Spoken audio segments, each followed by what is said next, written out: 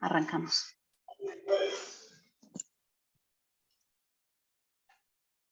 Hola, buenas tardes a todos y a todas.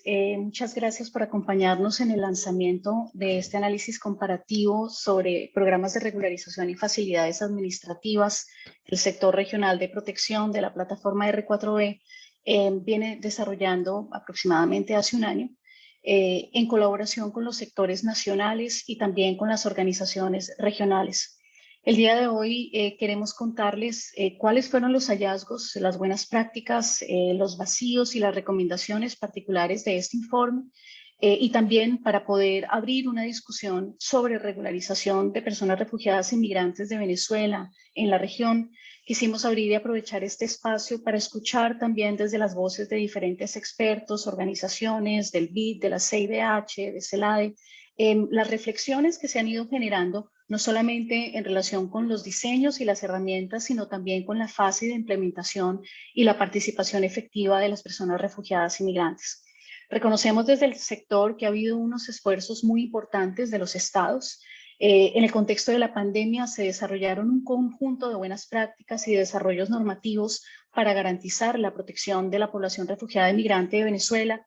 También en los desarrollos se ha intentado garantizar el acceso a los derechos fundamentales. Hay unos retos vinculados con los elementos de contexto, las condiciones políticas, institucionales en la región, y por eso nos parece oportuno complementar los hallazgos de este análisis comparativo con los desarrollos y las discusiones que se han dado desde la academia, desde las organizaciones de investigación, desde las organizaciones de sociedad civil, los bancos, que pueden darnos pistas sobre cuáles deberían ser las siguientes fases de desarrollo.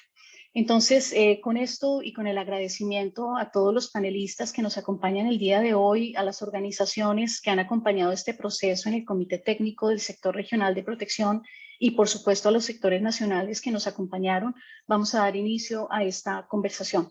Le voy entonces a dar paso, yo no me acuerdo si me presenté, creo que no. No, ¿verdad? Perdón. Mi nombre es Lorena Nieto, colidero el sector regional de protección en representación del ACNUR de la plataforma R4B. Muchas gracias a todos y a todas por acompañarnos. Le doy la palabra a mi colega Carolina. Adelante, cambio. Gracias, Lorena. Bueno, yo también me presento, Carolina Espinosa, colíder del sector regional de protección de la plataforma R4B en representación de Hayes. Un placer realmente estar aquí con ustedes en este espacio. Vamos a abrir este evento primero con la intervención de Simone Cecchini, que es el director del Centro Latinoamericano y Caribeño de Demografía, que es la División de Población de la CEPAL. Simone nos va a presentar un análisis sobre el escenario político, económico y social de Latinoamérica y el Caribe en el marco del desplazamiento de personas refugiadas y migrantes de Venezuela. Muchísimas gracias, Simone. Bienvenido y adelante. Gracias, Carolina. Un gusto, Lorena. Muchas gracias por la invitación. Un saludo a todas y todos.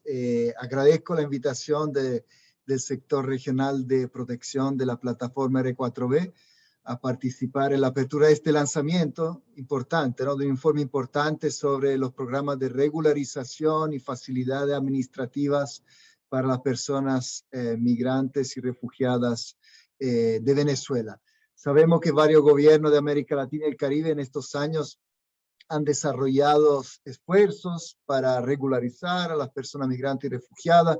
Pensemos, por ejemplo, en el caso colombiano, donde se adoptó un régimen de protección temporal para los nacionales venezolanos con un plazo de 10 años, pero también hay otra experiencia de otros países y escucharemos justamente de esto y de los desafíos que hay. La regularización y el estar documentado son importantes desde una perspectiva de derechos humanos, porque permiten proteger la dignidad humana sin distinción de condición migratoria, por ejemplo, facultando a las personas migrantes y refugiadas el acceso a los servicios públicos de salud y de educación, pero también son importantes desde una mirada instrumental, para que las personas migrantes y refugiadas puedan contribuir a nuestras sociedades y nuestras economías al tener mejores oportunidades de insertarse en el mercado laboral formal, en trabajo decente, ¿verdad?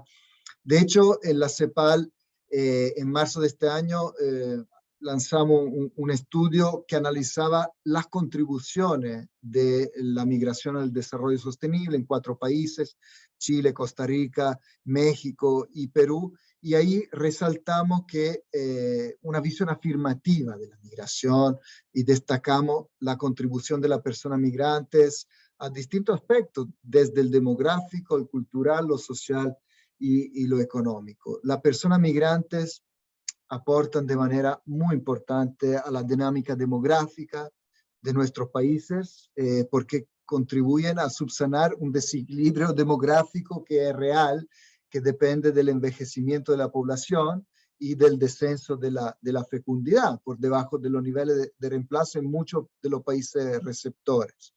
Y entonces en varios de los países de la región que absorben inmigración, la población envejece, y se comienza a detectar escasez de mano de obra en algunos sectores, la agricultura, el cuidado, los sectores de los servicios. De hecho, en Chile, por ejemplo, la inmigración se inserta en un escenario demográfico de envejecimiento y bajo crecimiento natural de la población, porque es un país de avanzada transición demográfica, donde la esperanza de vida ya en promedio para ambos sexos alcanza los 81 años, y los niveles de fecundidad, 1,6 hijos por mujer, están por debajo de la tasa de reemplazo. O sea, en Chile hay un déficit demográfico y las nuevas generaciones de chilenas y chilenos ya no logran reemplazar demográficamente a sus antecesores.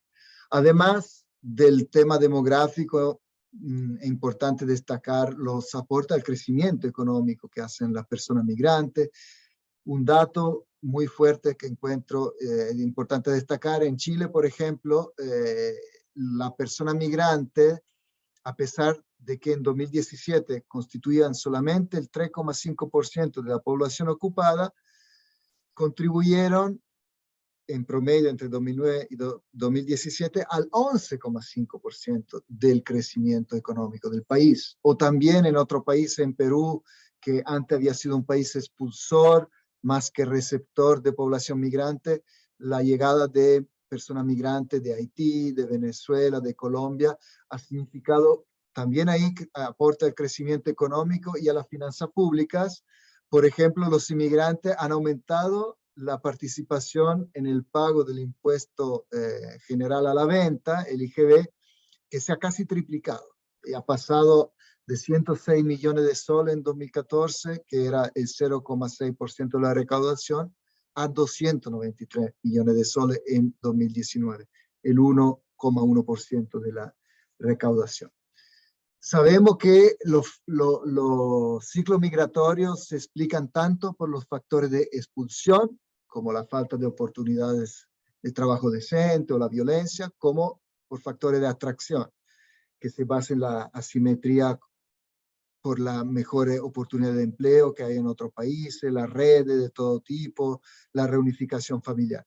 Y el contexto económico actual, desde la CEPAL, lo vemos muy complejo, tanto en lo social como en lo económico, sea por los problemas estructurales que tenemos de pobreza y desigualdad, como por la consecuencia negativa de la pandemia, y ahora además a lo que se suma la consecuencia negativa de la guerra en Ucrania. Entonces, todo esto conlleva a un recrudecimiento de los factores de expulsión de varios países. Entonces, tenemos que recordar que nuestra región en 2020, además de la pandemia y del desastre a nivel de salud, sufrió la mayor contracción de la historia. Hubo una caída del PIB del 6,8%, nunca registrado. Y el número de ocupados ese año cayó un 9%.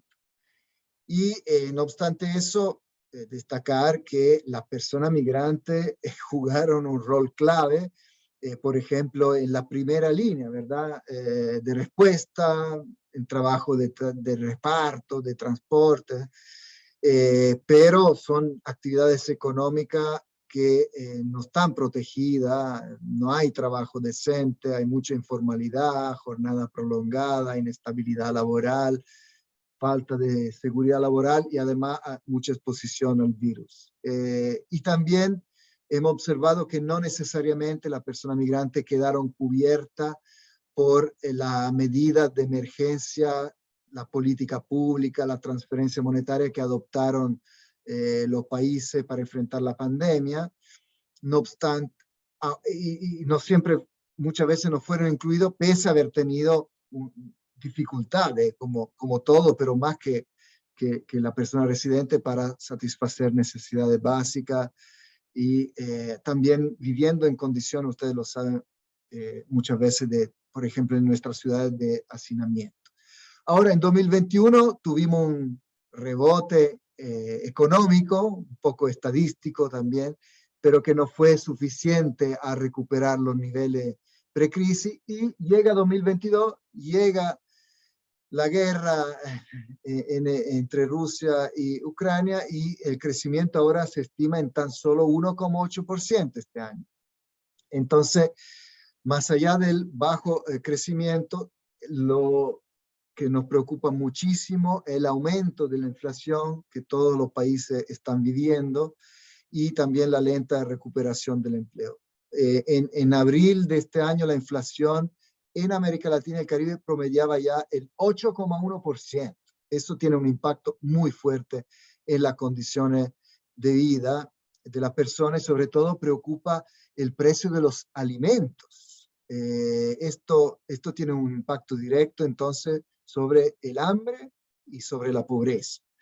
El último panorama social de América Latina de la CEPAL, ya que se publicó a comienzo de año, encontraba que la pobreza extrema y la pobreza aumentaban, sobre todo la pobreza extrema había llegado ya al 13,7% de la población, 86 millones de personas. Pobreza extrema significa no tener los recursos monetarios suficientes a adquirir una canasta básica de alimentos. O sea, tiene una relación directa con el tema del hambre.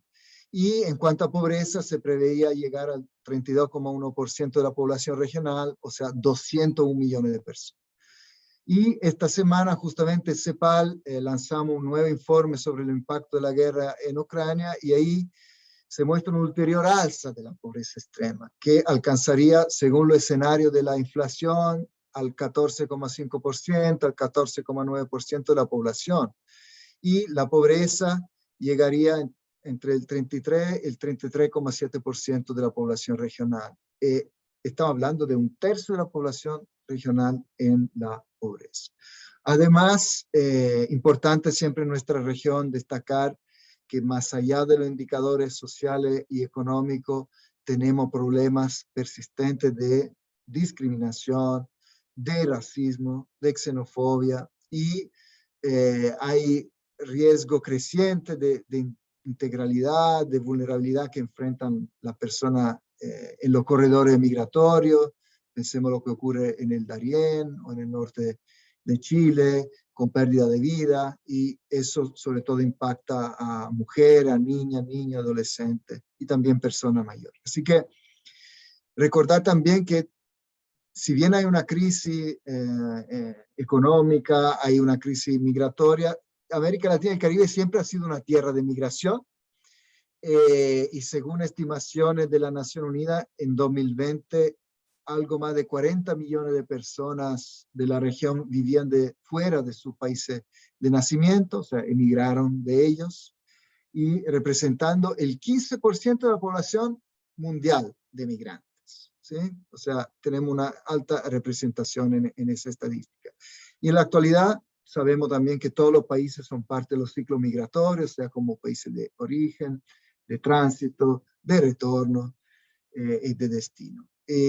También quería compartir, siendo CEPAL parte de la Nación Unida, y recordarnos a todos acá que los problemas de la migración se pueden resolver solamente desde una mirada multilateral, y en particular en 2018 se aprobó el Pacto Mundial para la Migración Segura, Ordenada y Regular, apoyado por la mayoría de los países de la región, y con sus 23 objetivos, este pacto es un buen marco para mejorar la cooperación internacional y los aspectos respecto de la migración. O sea, en este pacto la persona migrante están en el centro y se reconoce la importancia de proteger y de cumplir con sus derechos. Y respecto al tema de hoy, de la regularización, el pacto reconoce que la regularización es una medida imperativa porque está muy asociada, como decía al comienzo, a la realización de los derechos de la persona migrante y además contribuye a reducir su vulnerabilidad y asegurar el acceso al trabajo decente, el acceso a la protección social y a los servicios sociales. Hace poco más de 2 semanas en la sede de Naciones Unidas en Nueva York hubo el foro de examen de la migración internacional y ahí se aprobó una declaración de progreso, de compromiso, digamos, con los objetivos del pacto. Y espero que eso sí lleve a que se implemente una mejor gestión de la migración, que es lo que importa. Y ahí es importante destacar que para lograr esa migración segura, ordenada y regular, necesitamos una mirada regional, ¿no? Para gestionar mejor la migración, establecer corresponsabilidades entre los estados, tener en cuenta todo el ciclo migratorio. 2, tenemos que facilitar los procesos de regularización, disminuir la migración irregular, permitir que la persona migrante accedan al empleo, a los servicios sociales en igualdad de condiciones. Y 3, combatir la discriminación, la xenofobia y el racismo que desafortunadamente existen. Por ejemplo, combatirlo mediante políticas de educación intercultural. A nivel regional también, ya concluyendo, quería mencionar que hay un instrumento muy importante que se llama Consenso de Montevideo sobre Población y Desarrollo, que se aprobó en 2013 en el marco de la Conferencia Regional sobre Población y Desarrollo, que tiene un capítulo sobre los derechos humanos de las personas migrantes y que dice que tenemos que proteger a toda la persona y realizar sus derechos más allá de la condición migratoria, incluirlo en los procesos de desarrollo. Y de esto vamos a conversar del 28 al 30 de junio aquí en la sede de la CEPAL en Santiago de Chile, en una conferencia donde se examinarán los impactos sociodemográficos de la pandemia sobre la población regional, incluyendo la persona migrante. Entonces, desde ya lo dejo a todas y todos invitados, sea presencial o virtual. Bueno, en conclusión, espero que hoy día las discusiones y las presentaciones contribuyan a fortalecer justamente esta cooperación, el conocimiento y las acciones a favor de la persona migrante y refugiada. Muchísimas gracias.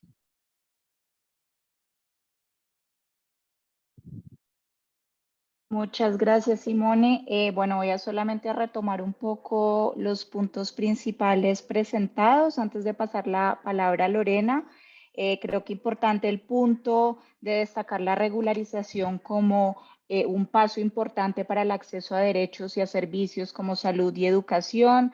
También el tema que Simone expresa sobre la importancia en la contribución de la migración a los países en términos de demografía, en términos económicos, en crecimiento económico y todo el tema contextual en la región en cuanto a la situación social y económica, que es importante, que la región ha sido pues una región de migración durante muchos años y los puntos finales que creo que son los importantes, digamos, para concluir a destacar, son las recomendaciones de tener una mirada regional en todos estos procesos, poder facilitar los procesos de regularización y combatir la discriminación y la xenofobia. Entonces, con estos 3 puntos, doy la palabra a Lorena y pues finalizamos con la intervención a Simone. Muchísimas gracias. Muchas gracias, Carolina, Simone. Creo que sobre estos retos que estás planteando y los impactos de la pandemia se reconfigura todo el contexto en el cual se venían desarrollando esfuerzos en materia de regularización, pero más allá de la regularización, en el acceso, como mencionas, a los sistemas nacionales, que creo que es el elemento crítico que tenemos que discutir, reconociendo estos retos que plantea, digamos, no solamente la pandemia, sino ahora la situación a nivel global. Para esto hemos invitado a Felipe Muñoz, jefe de la Unidad de Migración del Banco Interamericano de Desarrollo, y con Felipe queremos escuchar un poco cuáles son los avances y las oportunidades para la movilidad humana en la región a partir de todo el trabajo que el BID ha desarrollado en este campo. Entonces, Felipe, bienvenido y muchísimas gracias y te doy la palabra. Adelante, cambio. Muy buenas tardes a todos y todas, y es un enorme honor estar acá en este panel. Quiero agradecer a R4B, es una plataforma en la cual he tenido la oportunidad de estar varias veces, e incluso cuando fui funcionario de gobierno sé de la utilidad de tener esta plataforma multiagencial, y obviamente a todos los socios que aquí están, a Childress, a Hayas, a la Oficina del Alto Comisionado de Derechos Humanos, a De Justicia, que hace una tarea maravillosa, a la Universidad Andrés Bello, a Ligia, a quien todos admiramos en este proceso, al comisionado Hernández, a Simone de la CEPAL y a mi amigo Diego Chávez. Espero no se me quede nadie, y sobre todo a los 7 gobiernos que están analizados en el reporte. Yo le quiero agradecer a Lorena y a Juan Carlos, que tuvimos la oportunidad mientras hacían el reporte de tener 2 reuniones de intercambio de impresiones, porque estamos trabajando en parte en el mismo aspecto. Desde la Unidad de Migración del Banco Interamericano de Desarrollo, de hace 2 años tenemos un mandato de trabajar en ayudar a generar evidencia y hacer operaciones de crédito con los países de la región de América Latina y el Caribe para apoyarlos en las circunstancias migratorias y transformarlo en lo que es una oportunidad.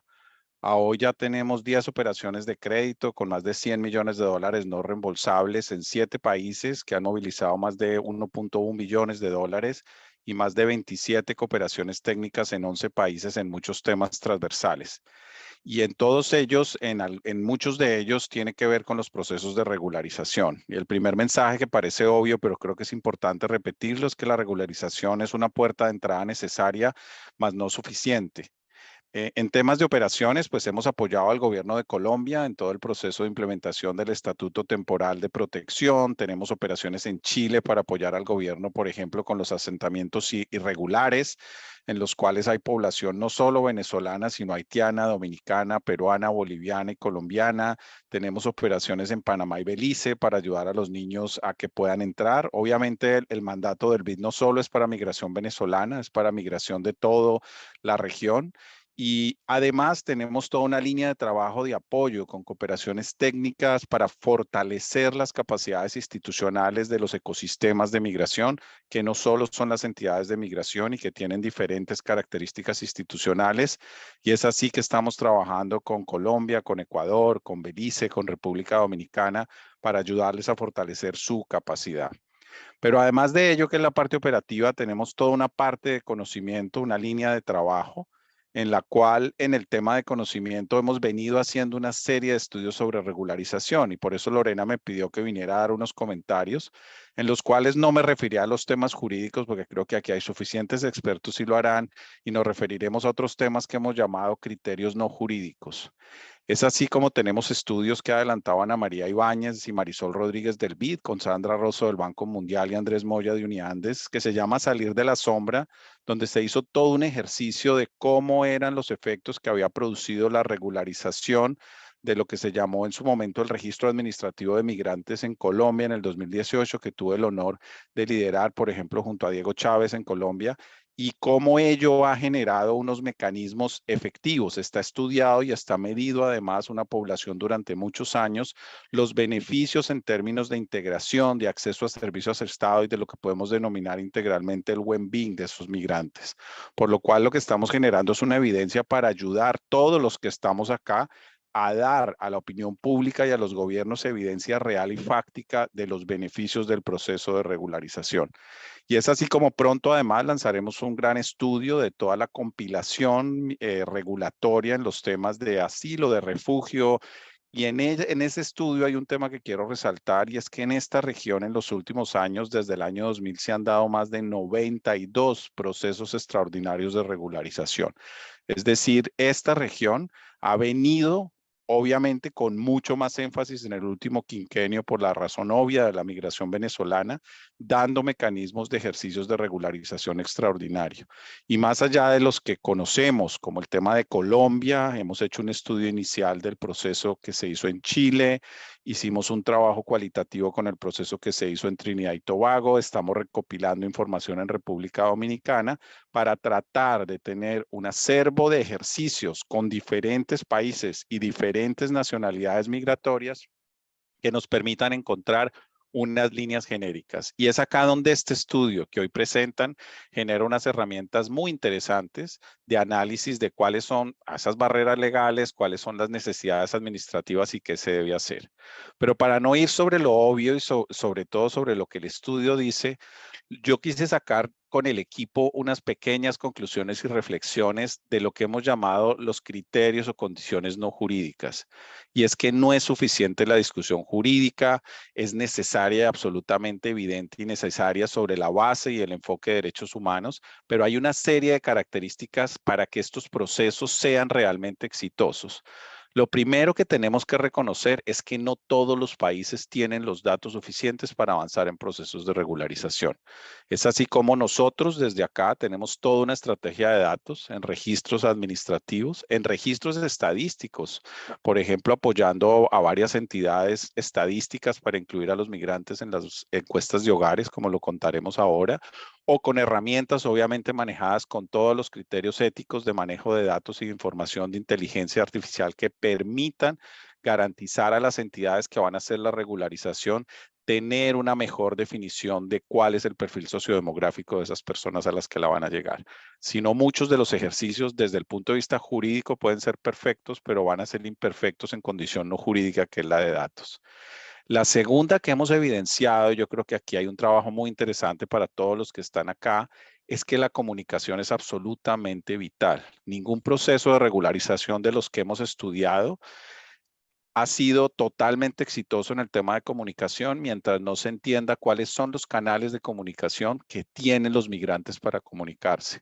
Es importante usar los canales oficiales, importante que la pequeña muestra que estamos en Twitter pongamos Twitter, pero ¿eso le llega a los migrantes? No, no le llega, porque usan Facebook, porque usan unas redes, porque usan WhatsApp, porque tienen otros mecanismos de comunicación. Y por ejemplo, logramos con estudios que estábamos haciendo del PEB en Colombia y del Estatuto Temporal de Protección, alertar a Migración Colombia, decirle, mira, hay unas zonas específicas de Colombia donde más del 60% de las personas están diciendo que no conocen el estatuto a pesar del enorme y positivo esfuerzo que estaban haciendo por comunicar. Segundo criterio no jurídico es la comunicación es tan o más importante que el enfoque netamente jurídico del planteamiento que se haga con este proceso. El tercero es enfrentar la xenofobia. Y enfrentar la xenofobia quiere decir informar de manera adecuada cuáles son los derechos y que esto no es un tema en contravía de los derechos de los locales. Dar un proceso de regularización es dar la garantía de acceso a unos derechos que tienen esos ciudadanos y ciudadanas sin que quiten el proceso. Y esto que parece obvio, a veces no lo es tan obvio. Por ejemplo, en procesos de regularización veíamos que la discusión y la angustia de muchas personas que se oponían estaba dada por un tema de derechos políticos. Cuando no se estaba garantizando ese proceso de derechos políticos, esa no era una discusión porque las normas lo prohibían y no era en ese momento ni siquiera que se estaba dando. Entonces, creemos que también no solo es importante la comunicación, sino la comunicación hacia los migrantes, pero también hacia los locales o nativos, como se llama en la academia, para que entiendan que no es una competencia de juego suma cero de derechos, sino una suma de derechos en beneficio de todos. El tercero y penúltimo es que la temporalidad claramente es importante. Y yo creo que en algunos de los juicios que se hicieron en su momento se dijeron, mire, pero es que si hubiera sido a 3 años, a 5, bueno, nadie preveía que esto iba a durar tanto tiempo. Lo que hoy sí es una realidad es que en las encuestas que tenemos, por lo menos en los países andinos, 7 de cada 10 migrantes venezolanos dicen que van a estar más de 5 años en los países de acogida, por lo cual los nuevos mensajes que se están dando de regularización, y quiero felicitar al gobierno de Ecuador en este sentido por la señal que está dando el presidente Lazo y el canciller Holguín con este nuevo proceso, y lo propio al gobierno de Belice, que presentó al Parlamento una norma para regularizar por 5 años y después pedir residencia a todos los ciudadanos del norte de Centroamérica que están en Belice. O sea que el proceso sigue generando mecanismos positivos. Obviamente no lo recoge el informe porque el informe cierra diciembre del 2021, pero qué buena noticia que el informe tenga que ser actualizado en ese sentido. Y ahí en el tema de temporalidad no es solo la temporalidad del permiso, sino la posibilidad de hacerlo por etapas. Sé que muchos dirían en Ecuador, oiga, no cubre a todos. Creo que el Estado tiene que medir cuál es su capacidad real para ir por etapas en ese tema del proceso. Y dos últimos mensajes es, obviamente, hay que ser muy claros en los procesos de lo que se debe hacer. Y es que no en todos los países el proceso legal o la entidad que otorga el carnet o el mecanismo de regularización es la misma que da la garantía de los derechos. Por lo cual es lo más importante, el documento jurídico, el proceso de discusión legal, el alcance de derechos, que la interoperabilidad y capacidad que esa entidad le pase a las demás entidades de derechos sociales para que realmente el acceso a salud, educación, a protección, pues se haga efectivo, y si no, lo que queda pues es un documento, nuevamente una victoria jurídica, pero no una victoria completa. Y no estoy aquí en nada contra el tema jurídico ni el enfoque, estoy tratando simplemente de dar una visión adicional a que más allá de la discusión jurídica en que a veces como latinoamericanos nos quedamos, hay una serie de criterios no jurídicos que pasan por los datos, por la comunicación a los locales y a los migrantes sobre el tema de la temporalidad y el tema de la interoperabilidad, que son vitales. Y es por ello que me place, para terminar, contarles que seguimos incluso en este tema de conocimiento, no solo haciendo y sacando unos reportes de esos procesos de regularización que complementarán el que hoy con gran agrado está dando al público R4B, sino además con dos mecanismos: el bien público regional para trabajar con 5 países y fortalecer a los institutos de estadística en la muestra para inclusión de los migrantes en los censos y encuestas de hogares, y el segundo, el laboratorio de percepción ciudadana y migración, que lanzaremos en unos meses, que va a permitir tener un sitio que congregue a todos los que estamos trabajando en este proceso y poder entender cómo mejorar la comunicación pública, el rol de los medios y la forma en que los gobiernos y todos los que trabajamos en este tema nos expresemos hacia los migrantes. De manera que bienvenidos, lo que ustedes hacen va exactamente en la misma vía y complementa mucho del trabajo que estamos haciendo, y espero que aquí en el chat está la página nuestra, nos puedan visitar y podamos seguir acompañándonos en este esfuerzo. Gracias, Lorena. Felipe, a ti, muchísimas gracias. Creo que para mí, digamos, es muy importante el mensaje con el que arrancas en relación con la regularización. Es una medida necesaria, pero no suficiente. Creo que parte de lo que queremos buscar con estos diálogos y con la alineación de todos los procesos de revisión, de análisis, de investigación que se están adelantando, es buscar esa mirada, digamos, más integral, que le permita también a los estados garantizar que esos grandes esfuerzos que han hecho cuenten con las fases posteriores necesarias para que se traduzca en el ejercicio pleno de derechos por parte de la población refugiada inmigrante de Venezuela. Y creo que el otro reto que planteas, que es una de las discusiones que como sector tenemos permanentemente, es: hay unos esfuerzos de levantamiento de información para cubrir el vacío de datos, pero sabemos que cuando lanzamos los productos no tenemos completamente mapeados los canales para que la información le llegue a la población refugiada inmigrante. Entonces ahí coincidimos también contigo en ese mensaje, y es cómo podemos establecer estas redes a partir de una identificación adecuada de las herramientas, los canales y los procesos incluso comunitarios y organizativos que la población refugiada inmigrante está utilizando en toda la región. Recojo esos dos elementos sumados a lo de los criterios no jurídicos, porque creo que en efecto lo que tenemos que, o lo que queremos garantizar, es que el reconocimiento de la fortaleza jurídica en los diseños no se vea de alguna manera perdido en fallas en el proceso de implementación, en donde uno de los muchos elementos que tú mencionabas es el de la interoperatividad. Entonces, muchas gracias, Felipe, por todos estos elementos, y con esto le daría la palabra a mi colega David García. David, adelante, cambio. Bien, gracias y buena tarde. Quisiera resaltar también, Lorena, si me lo permites, un par de mensajes que han sido evidentes en las dos presentaciones anteriores de Simón y de Felipe. El primero es que la regularización de migrantes, pero también de refugiados, es una fórmula en la que todas las partes ganan, las propias personas refugiadas, los migrantes y los países receptores. Los migrantes y los refugiados son las personas más activas, que incluso pueden mejorar el bienestar de esas personas. Y además, aceptar, registrar e integrar las personas migrantes y refugiadas, pues les protege el derecho más preciado a estas personas, ¿no? Que es el derecho a vivir. Además, pues previene a estas poblaciones, como lo veremos ahorita, de violencia y explotación, y de otro tipo de situaciones al cual están expuestas desde el sector de protección las personas migrantes y refugiadas. Por eso, en este espacio presentamos o quisiéramos presentar los principales hallazgos y recomendaciones del informe Programas de Regularización, Facilidades Administrativas para las Personas Refugiadas y Migrantes de Venezuela.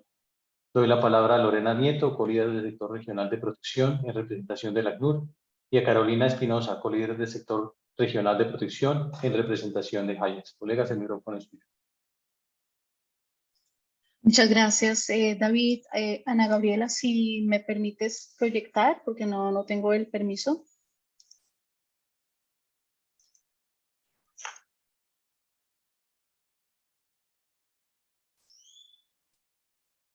Ana. Ya deberías poder, Lore. Perfecto. Caro, adelante. ¿Ya se ve la presentación? Ah, ok. Sí, ya se ve.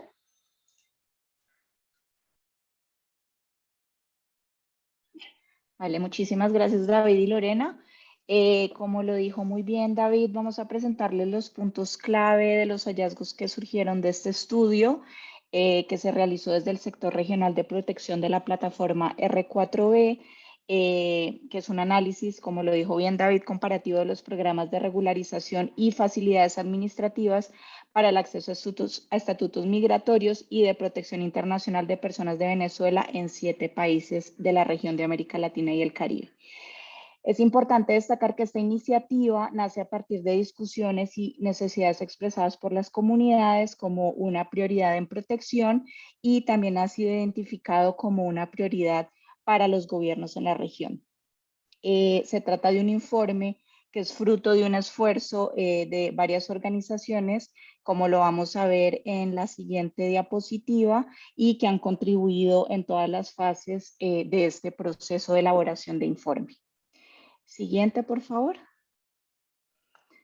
Entonces, el estudio cubrió, como mencionaba anteriormente, 7 países. Se trata de Colombia, Ecuador, Perú, Chile, Brasil, República Dominicana y Trinidad y Tobago.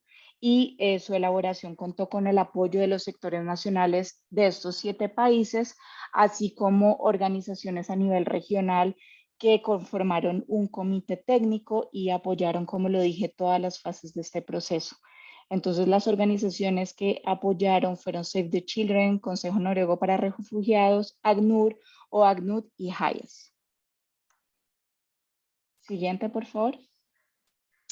La elaboración de este informe se enmarcó en una metodología que parte desde una investigación cualitativa y que se basa en una revisión y un análisis del ordenamiento jurídico de los países de este estudio, y además se complementó con entrevistas con informantes clave que incluyeron diferentes actores como funcionarios y directores de organizaciones internacionales y no gubernamentales, abogados independientes, clínicas jurídicas, defensores del pueblo, directores, ministros, etcétera. En términos de temporalidad, esto es importante destacarlo, recogió datos e información en el segundo semestre del 2021 y dentro de este análisis, con la perspectiva obviamente de hacer un análisis comparativo, se priorizaron 10 derechos bajo un enfoque de derechos humanos y protección. Entonces ahí pueden ver el derecho al acceso, el derecho a permanecer, el estatuto legal, condición de refugiado, salud, trabajo, educación, prestaciones sociales, recursos judiciales y reunificación familiar.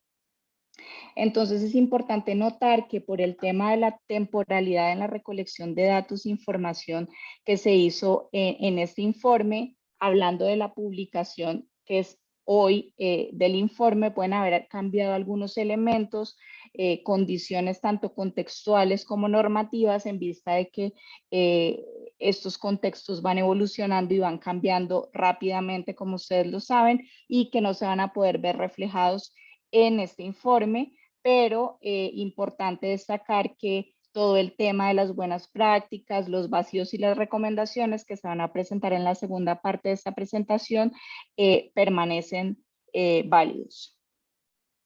Siguiente, por favor. Entonces, teniendo en cuenta el contexto en la región en cuanto a los flujos mixtos de la magnitud que se presentó, que se está experimentando, se busca contribuir en promover la incorporación de buenas prácticas y poder abordar los vacíos que existen en las iniciativas de regularización y de estancia legal en los países de la región. Se hizo entonces un ejercicio de análisis de diseños legales y administrativos de los programas de regularización. También se identificaron aquellas prácticas que generaron un impacto positivo y también se pudieron identificar los vacíos que existen y por último, a partir de esto, emitir recomendaciones clave, que es lo que veremos en lo que sigue de la presentación. Dentro de este análisis fue importante hacer un trabajo de categorización de los tipos de regularización que existe y es importante destacar que no es una categorización estricta, ya que hay países con modelos mixtos, es decir, que no podemos hablar, digamos, de un modelo único, teniendo en cuenta además que estos tipos de regularización también pueden cambiar o evolucionar con el tiempo. Entonces, realmente el objetivo era entender los modelos o las tipologías de regularización que se están aplicando en los países. Entonces, podemos ver, identificar con estos 6 tipos de regularización. Empezamos por la regularización permanente y única, que otorga la residencia a los migrantes como una medida extraordinaria. Tiene una fecha límite para registrarse y da la residencia permanente después de un número determinado de años en el país. Tenemos igualmente la regularización fait accompli, que otorga los permisos de residencia a las personas que han vivido de facto en un país durante un tiempo determinado. Y tenemos la regularización colectiva, que se aplica a un grupo específico, entonces no se trata de algo individual, y se aplica durante un flujo migratorio de un cierto país o de un cierto grupo.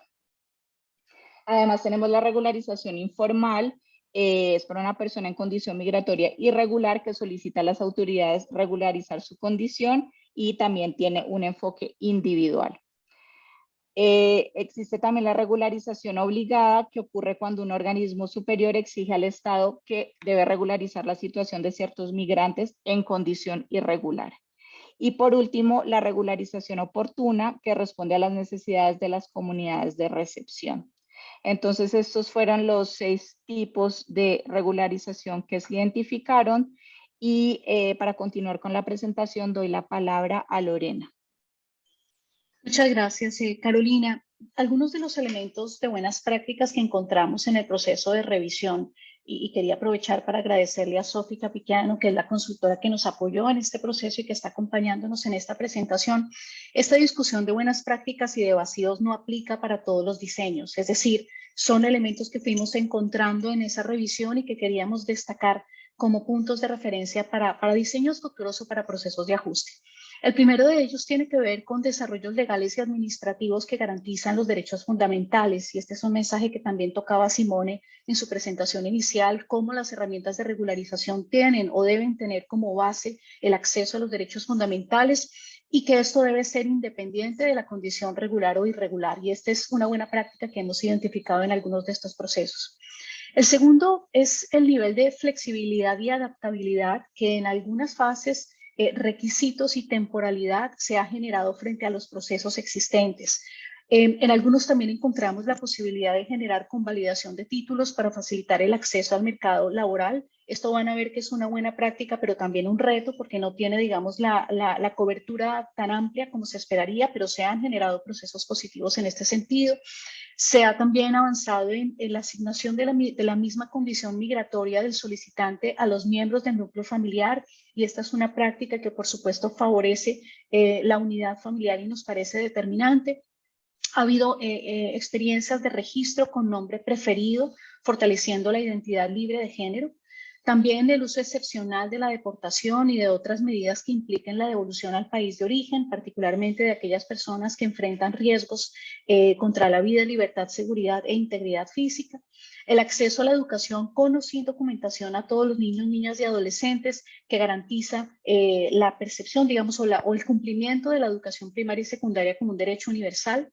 La suspensión de los periodos de absentismo para solicitantes y beneficiarios de la regularización. Esta es una medida que muchos países adoptaron durante la fase, digamos, de la pandemia, que generó un ambiente favorable, la exención de sanciones previstas en las leyes a los niños, niñas, adolescentes extranjeros que incurran en alguna infracción migratoria, que determina que hay una aproximación más desde un enfoque de derechos y menos desde una lógica de penalización. Y finalmente, la no imposición de sanciones a personas con antecedentes penales relacionados con la defensa de derechos humanos, el periodismo y la oposición política, que consolida, por supuesto, un enfoque y una aproximación de derechos humanos.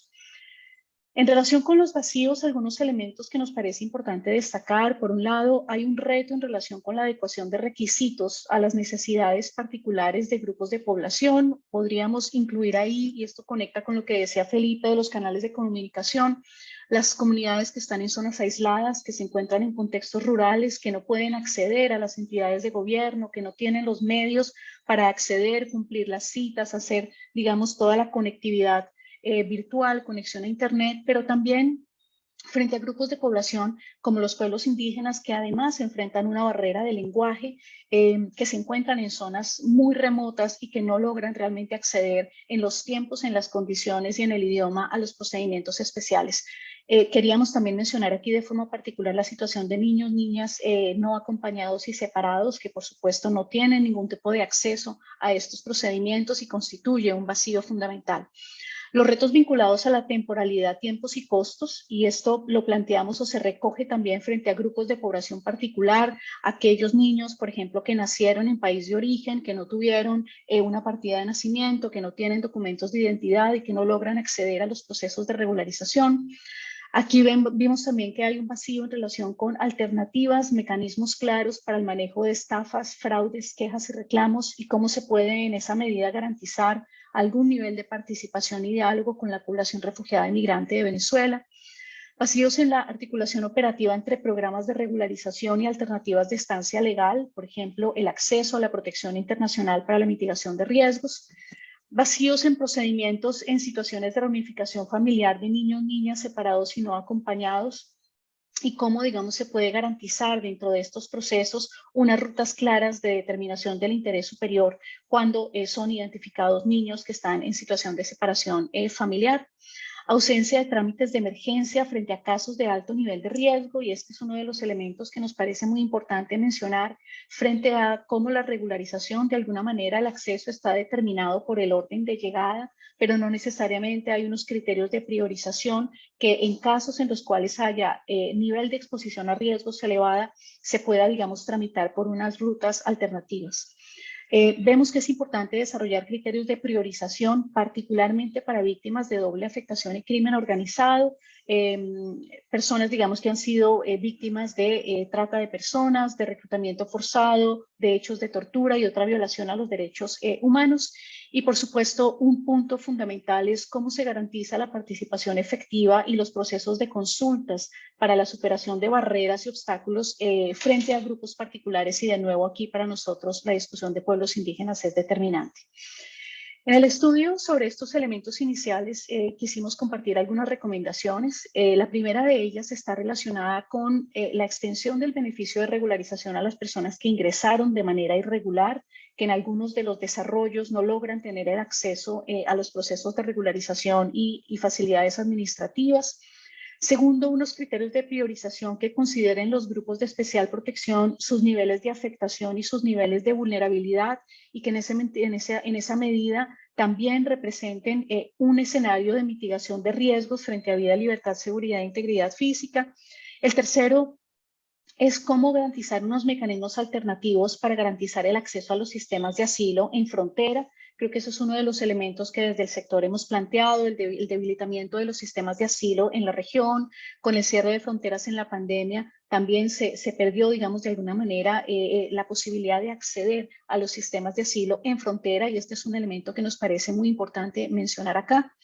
Garantizar el acceso de nuevo a los sistemas de asilo de forma independiente y complementaria, no excluyente, es decir, diseños en los cuales la persona refugiada migrante no tenga que elegir entre el proceso de regularización o la solicitud de la condición de refugiado, sino que se entiendan como procesos complementarios para la garantía a los derechos fundamentales. accesos a servicios primarios, secundarios y terciarios en salud, independientemente de la condición migratoria. Uno de los puntos que la población refugiada y migrante mencionó de mayor impacto durante la pandemia tenía que ver con el acceso particularmente a servicios secundarios y terciarios, sobre todo quienes se encuentran en condición irregular.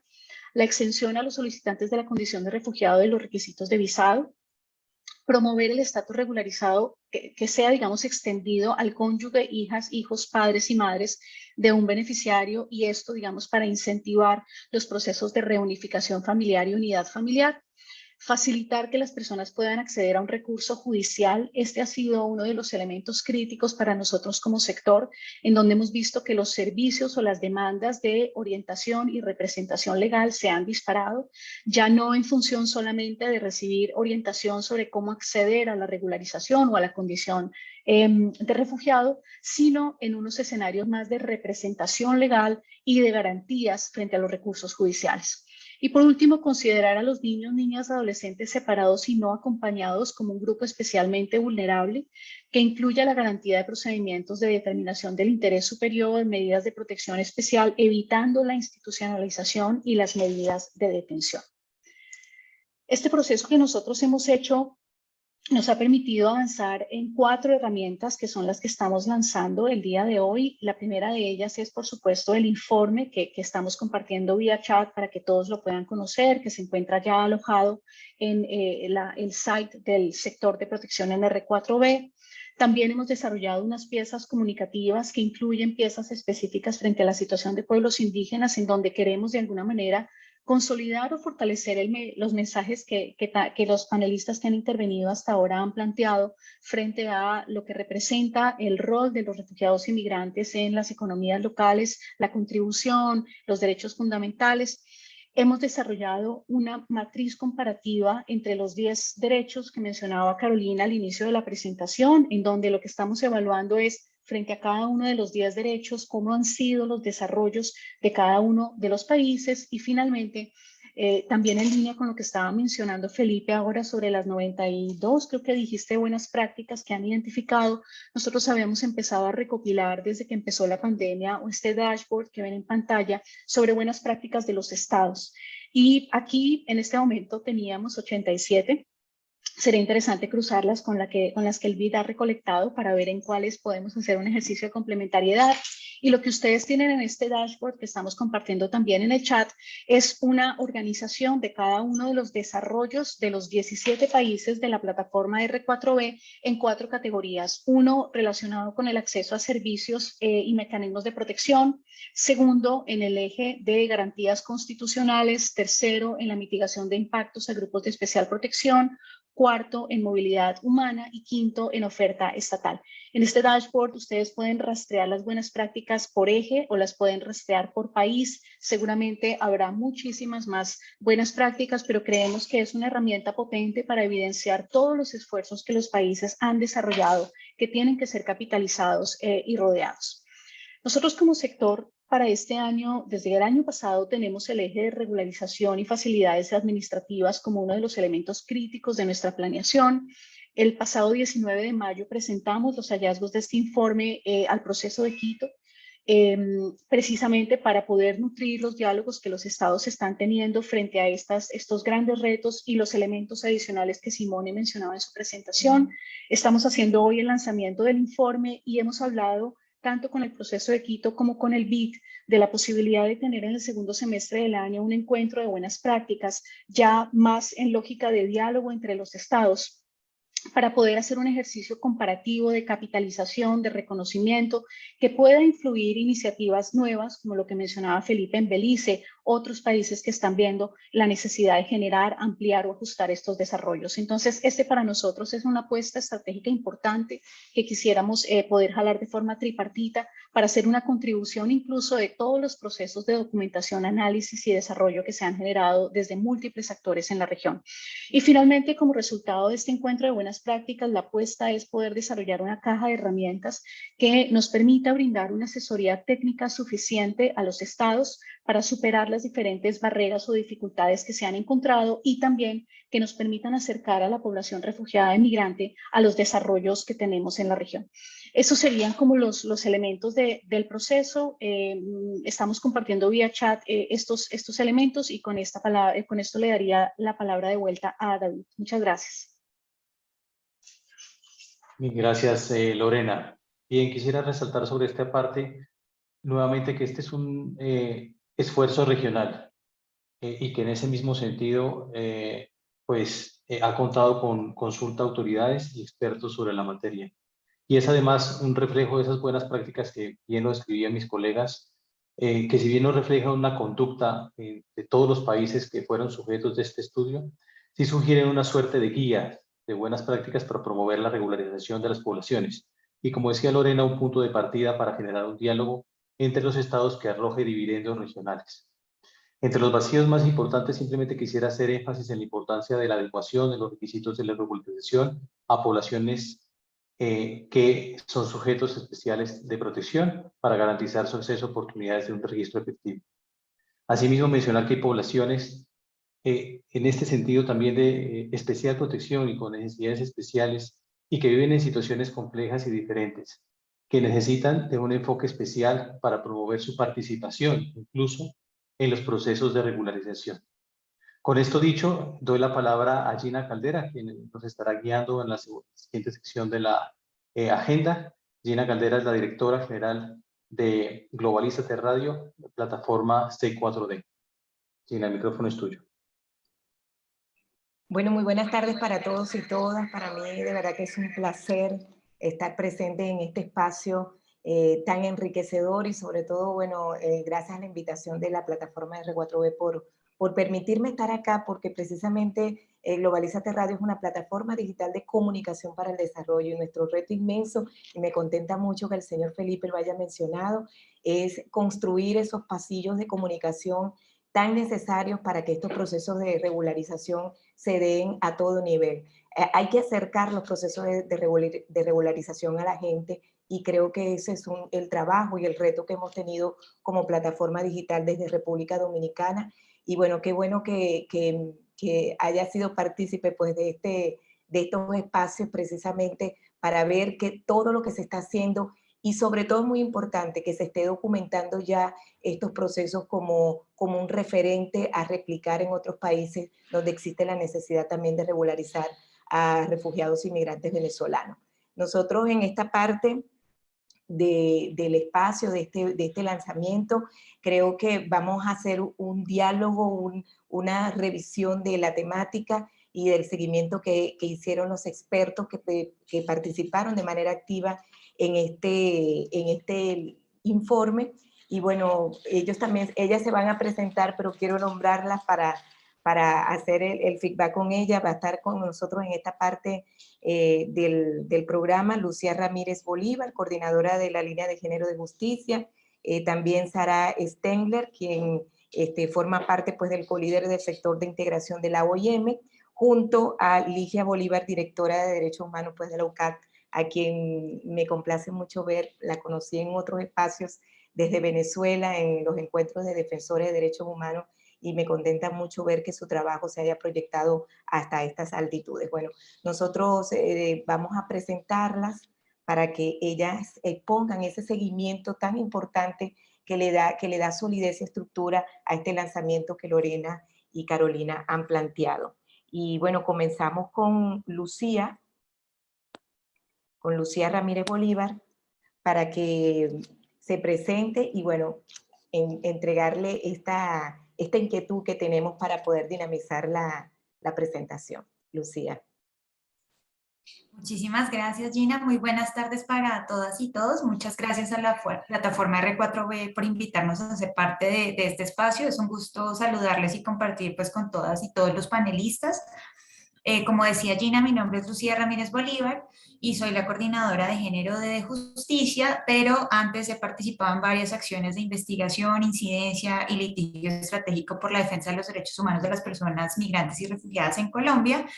Y pues la plataforma nos invitó a responder una pregunta, que es: ¿cuál cree usted que debería ser el siguiente paso que deben adoptar los países de la región para promover la integración socioeconómica de esta población?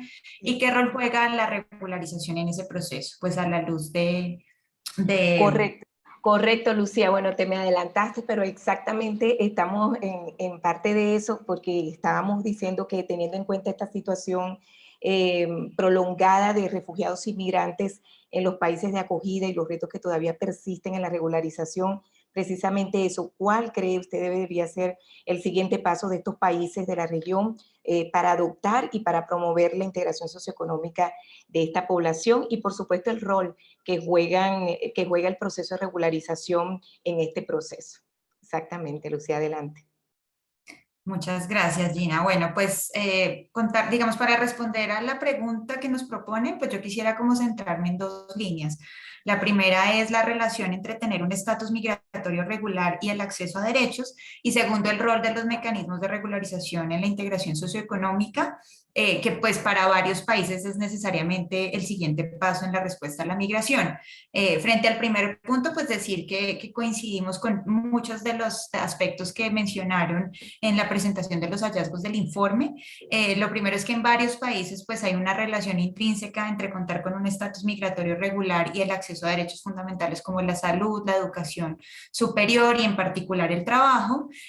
Para darles un ejemplo, para poder acceder a tratamientos más allá de las urgencias como el tratamiento antirretroviral o quimioterapias, en algunos países se requiere contar con un estatus migratorio regular, como es el caso de Colombia, Chile y Perú.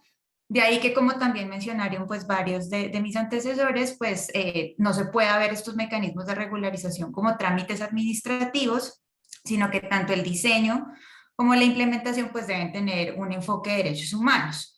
Entonces, teniendo en cuenta que la migración proveniente de Venezuela continúa y que muchas personas no tienen alternativas diferentes a la migración irregular y en consecuencia no podrán acogerse a los mecanismos de regularización por distintas razones, como que no cumplan los requisitos, sus solicitudes sean rechazadas, porque no cuentan con la información, por la brecha tecnológica o porque no tienen los recursos, en el caso de los procesos que tienen un costo, es clave que se establezcan unas excepciones para la garantía de derechos independientemente del estatus migratorio, por ejemplo, frente a servicios de salud, la educación de niños, niñas y adolescentes y la nacionalidad, entre otros. Sabemos que hay países donde ya existen estas excepciones, pero pues es importante tenerlo como un principio clave precisamente por las dinámicas migratorias y por los requisitos que exigen algunos programas de regularización.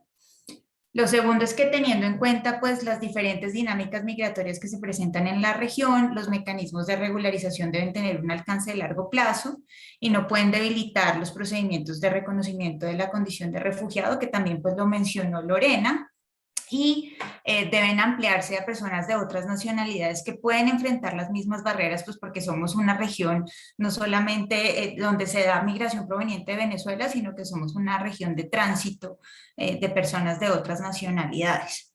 Y desde la perspectiva de la integración socioeconómica, pues nos parece importante resaltar que la implementación de los mecanismos de regularización es una manera de reconocer la vocación de permanencia de la población migrante y refugiada en las comunidades de acogida, y por lo tanto esos mecanismos pues deben ser tenidos en cuenta para el diseño e implementación de políticas de integración socioeconómica. Y aquí, digamos, nosotros queríamos ofrecer una serie de recomendaciones que coinciden también con varias de las que salen en el informe y que son el resultado de una investigación que hemos hecho sobre las barreras de acceso al empleo y desarrollo del emprendimiento de las personas migrantes y refugiadas en Colombia.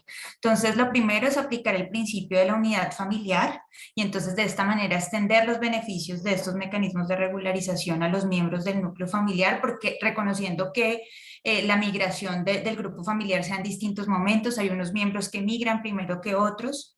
Lo segundo es modificar la normatividad para que las personas solicitantes de refugio estén autorizadas a trabajar.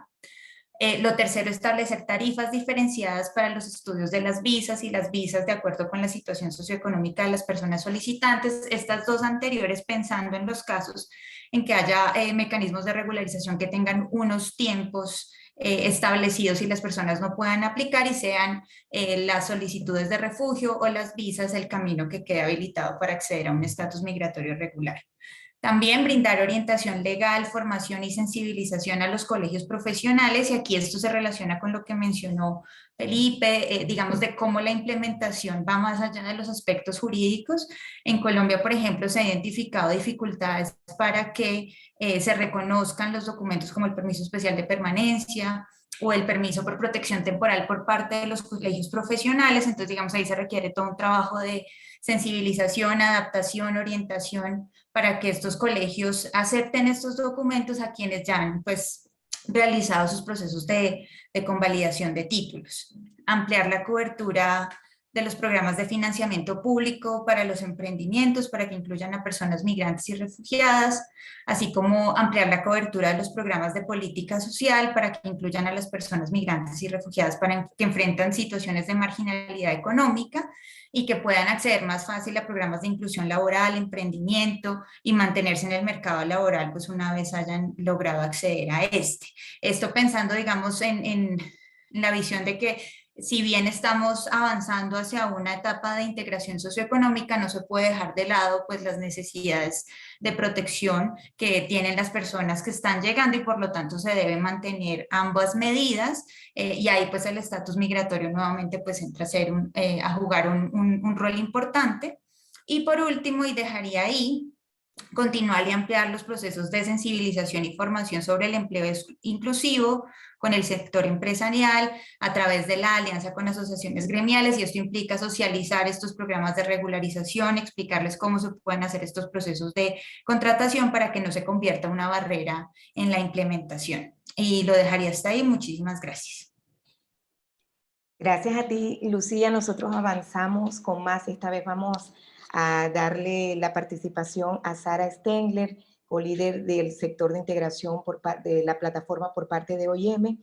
Y bueno, precisamente a Sara, después que se presente, vamos de una vez a entregarle esta inquietud que se tiene para el tema de discusión de temáticas, y es que precisamente a partir del informe regional elaborado desde el sector de integración sobre las buenas prácticas en estos 9 gobiernos en temas de regularización durante la pandemia, ¿cuál crees tú, Sara, son las buenas prácticas y la promoción de la integración y las barreras que persisten en estos procesos que se han estudiado a través del informe? Buenas tardes, bienvenida. Muchas gracias, Gina, y muchas gracias, Lorena y Carolina y el sector regional de protección para la invitación. Para presentarme, me llamo Sara Stengler y estoy coliderando el sector regional de integración de la R4V desde la OIM, colidero con Vinicius Cruz de la OIT. Entonces, como mencionaste, Gina, el año pasado el sector de integración, que somos compuestos de 114 socios, hemos publicado un informe que analiza medidas socioeconómicas de los gobiernos en respuesta de la pandemia en 9 países, en Argentina, Brasil, Chile, Colombia, Ecuador, México, Panamá, Perú y República Dominicana. Y analiza justamente la inclusión de las personas refugiadas inmigrantes. Hemos visto con la llegada de la pandemia la alta vulnerabilidad de la población migrante de Venezuela en la región, especialmente cuando están en situación migratoria irregular, sin documentación y con la irregularidad. La mayoría están excluidos de respuestas nacionales de emergencia y de sistemas nacionales de protección social. También tienen dificultad por xenofobia, por miedo, por falta de documentación a servicios básicos, especialmente de salud, que fue muy importante durante la pandemia. Y cuando están en situación irregular no pueden acceder al mercado laboral formal. Entonces, trabajando en el mercado, en el sector informal, fue el sector más impactado por la pandemia. Entonces, muchos han perdido su trabajo, sus ingresos. Entonces, queríamos, al mismo tiempo, había muchas iniciativas y políticas de gobiernos que han sido muy valiosos, innovadoras e inclusivas de personas migrantes. Entonces, con este reporte queríamos analizar un poco estas buenas prácticas y las barreras que siguen. Entonces, no voy a poder compartir todas las buenas prácticas y barreras, pero solo para resaltar algunas. En temas de regularización, hemos subrayado procesos de regularización que son de largo plazo. Un ejemplo es lo de Colombia con el ETPB, que tiene una duración de 10 años, permite a las personas de tener un poco más de estabilidad. También procesos que permiten a las personas de quedarse en el territorio de manera regular y de acceder a sus derechos, por ejemplo, como el reconocimiento prima facie de la condición de refugiado y procesos para obtener residencias temporales y permanentes en Brasil, o la aplicación normativa migratoria regional de Mercosur en Argentina. Y otro punto que es una buena práctica son los procesos de registro que acompañan los procesos de regularización, por ejemplo, en Colombia y Ecuador.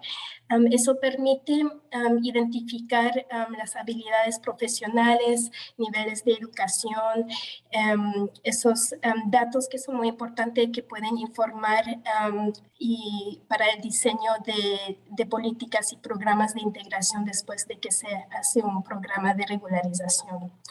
Otras buenas prácticas, más en temas de protección social y empleo, fue la inclusión de refugiados y migrantes, ambos regulares, pero también irregulares, en campañas de vacunación contra el COVID, como en Brasil, Colombia, México, Panamá y Perú. La estrategia de interiorización de Brasil, que no es vinculado con la pandemia, existía ya antes, pero ese vínculo de una persona migrante con una oportunidad de empleo y una reubicación nacional fue subrayado como una buena práctica. El reconocimiento de títulos de los profesionales de salud, como se hizo en Argentina, Chile, México y Perú, también fue subrayado como buena práctica. Permite a las personas de ejercer su profesión, pero también permitió a los países de reforzar sus respuestas a la pandemia. Y finalmente, la apertura de cuentas bancarias con pasaportes vencidos en la República Dominicana hemos visto como buena práctica. Unas barreras muy rápido, y ya varios colegas han mencionado, los procesos de regularización de corto plazo y coyunturales son una barrera para la integración.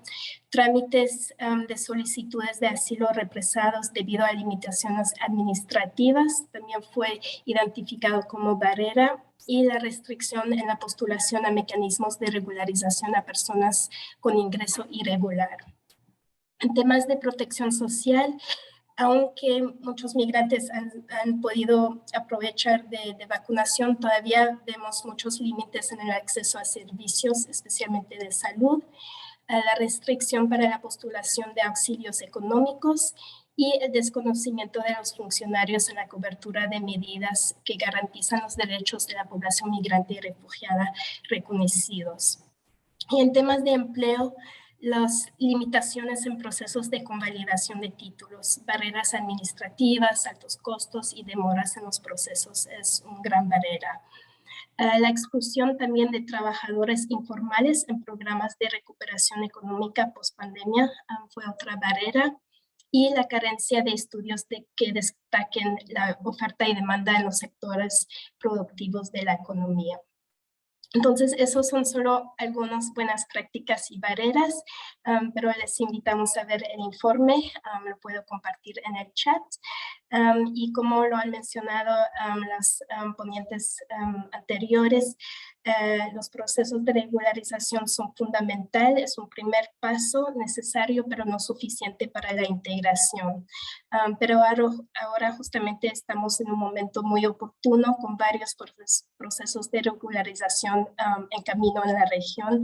Entonces ahora es un momento que podemos asegurar que estos procesos están acompañados con políticas y medidas que promuevan una integración que sea sostenible y que beneficie no solo a la persona migrante, pero también a la comunidad de acogida. Muchas gracias por el espacio.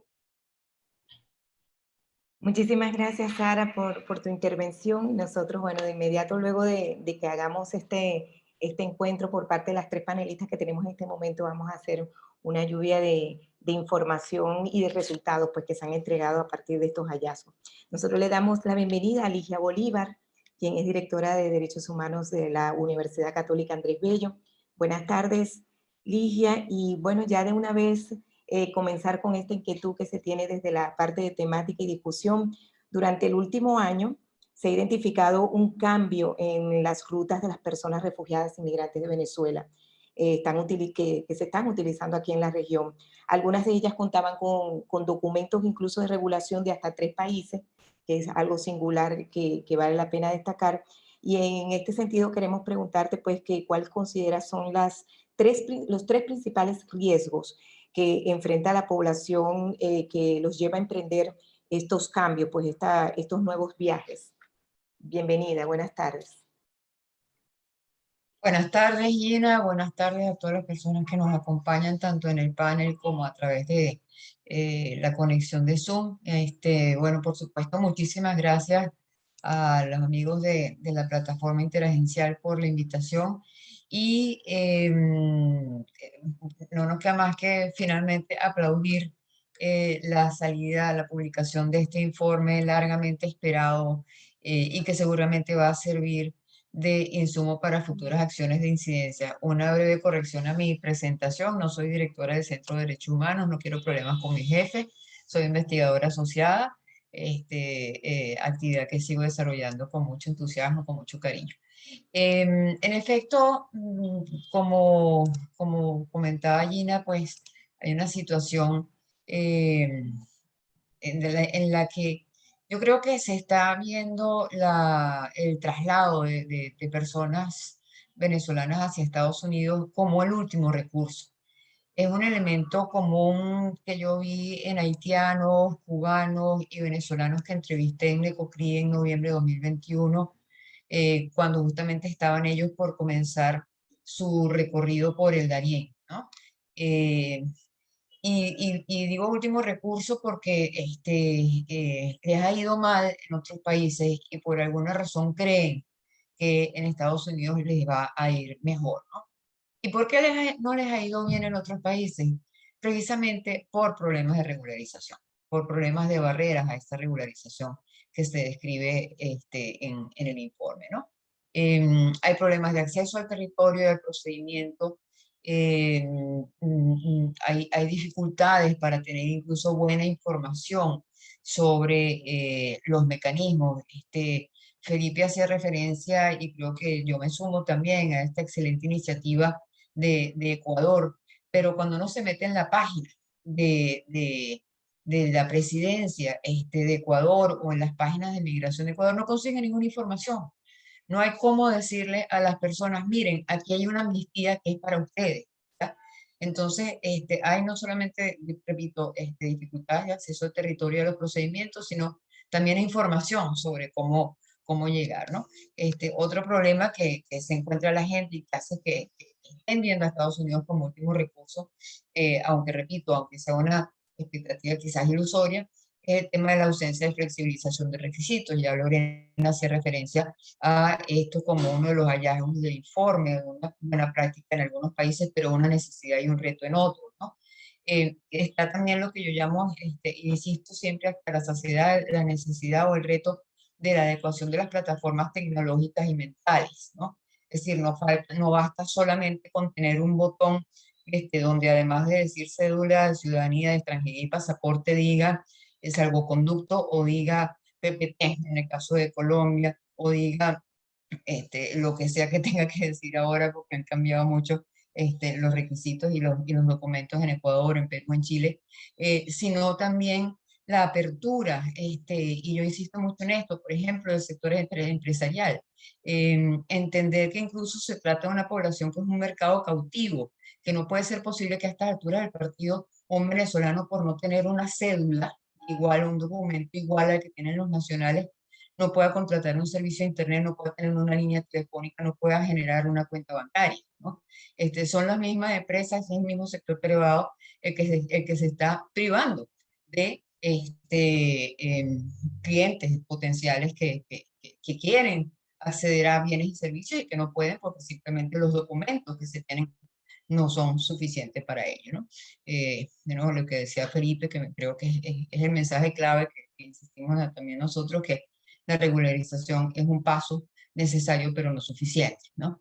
En este contexto, creo que más que riesgos en ese proceso de tránsito ya hacia el norte, lo que vemos son barreras, ya se había mencionado una, como es la de la xenofobia creciente, y a veces alimentada por autoridades incluso de una manera no consciente. En estos días veíamos unas declaraciones del presidente Boric, que seguramente lo hizo de buena manera, con un buen espíritu, pero el mensaje es equivocado. Cuando dice Chile no puede ofrecer casa, trabajo y sustento a la comunidad venezolana, ¿y quién dijo que la comunidad venezolana está esperando que les ofrezcan casa, trabajo o sustento?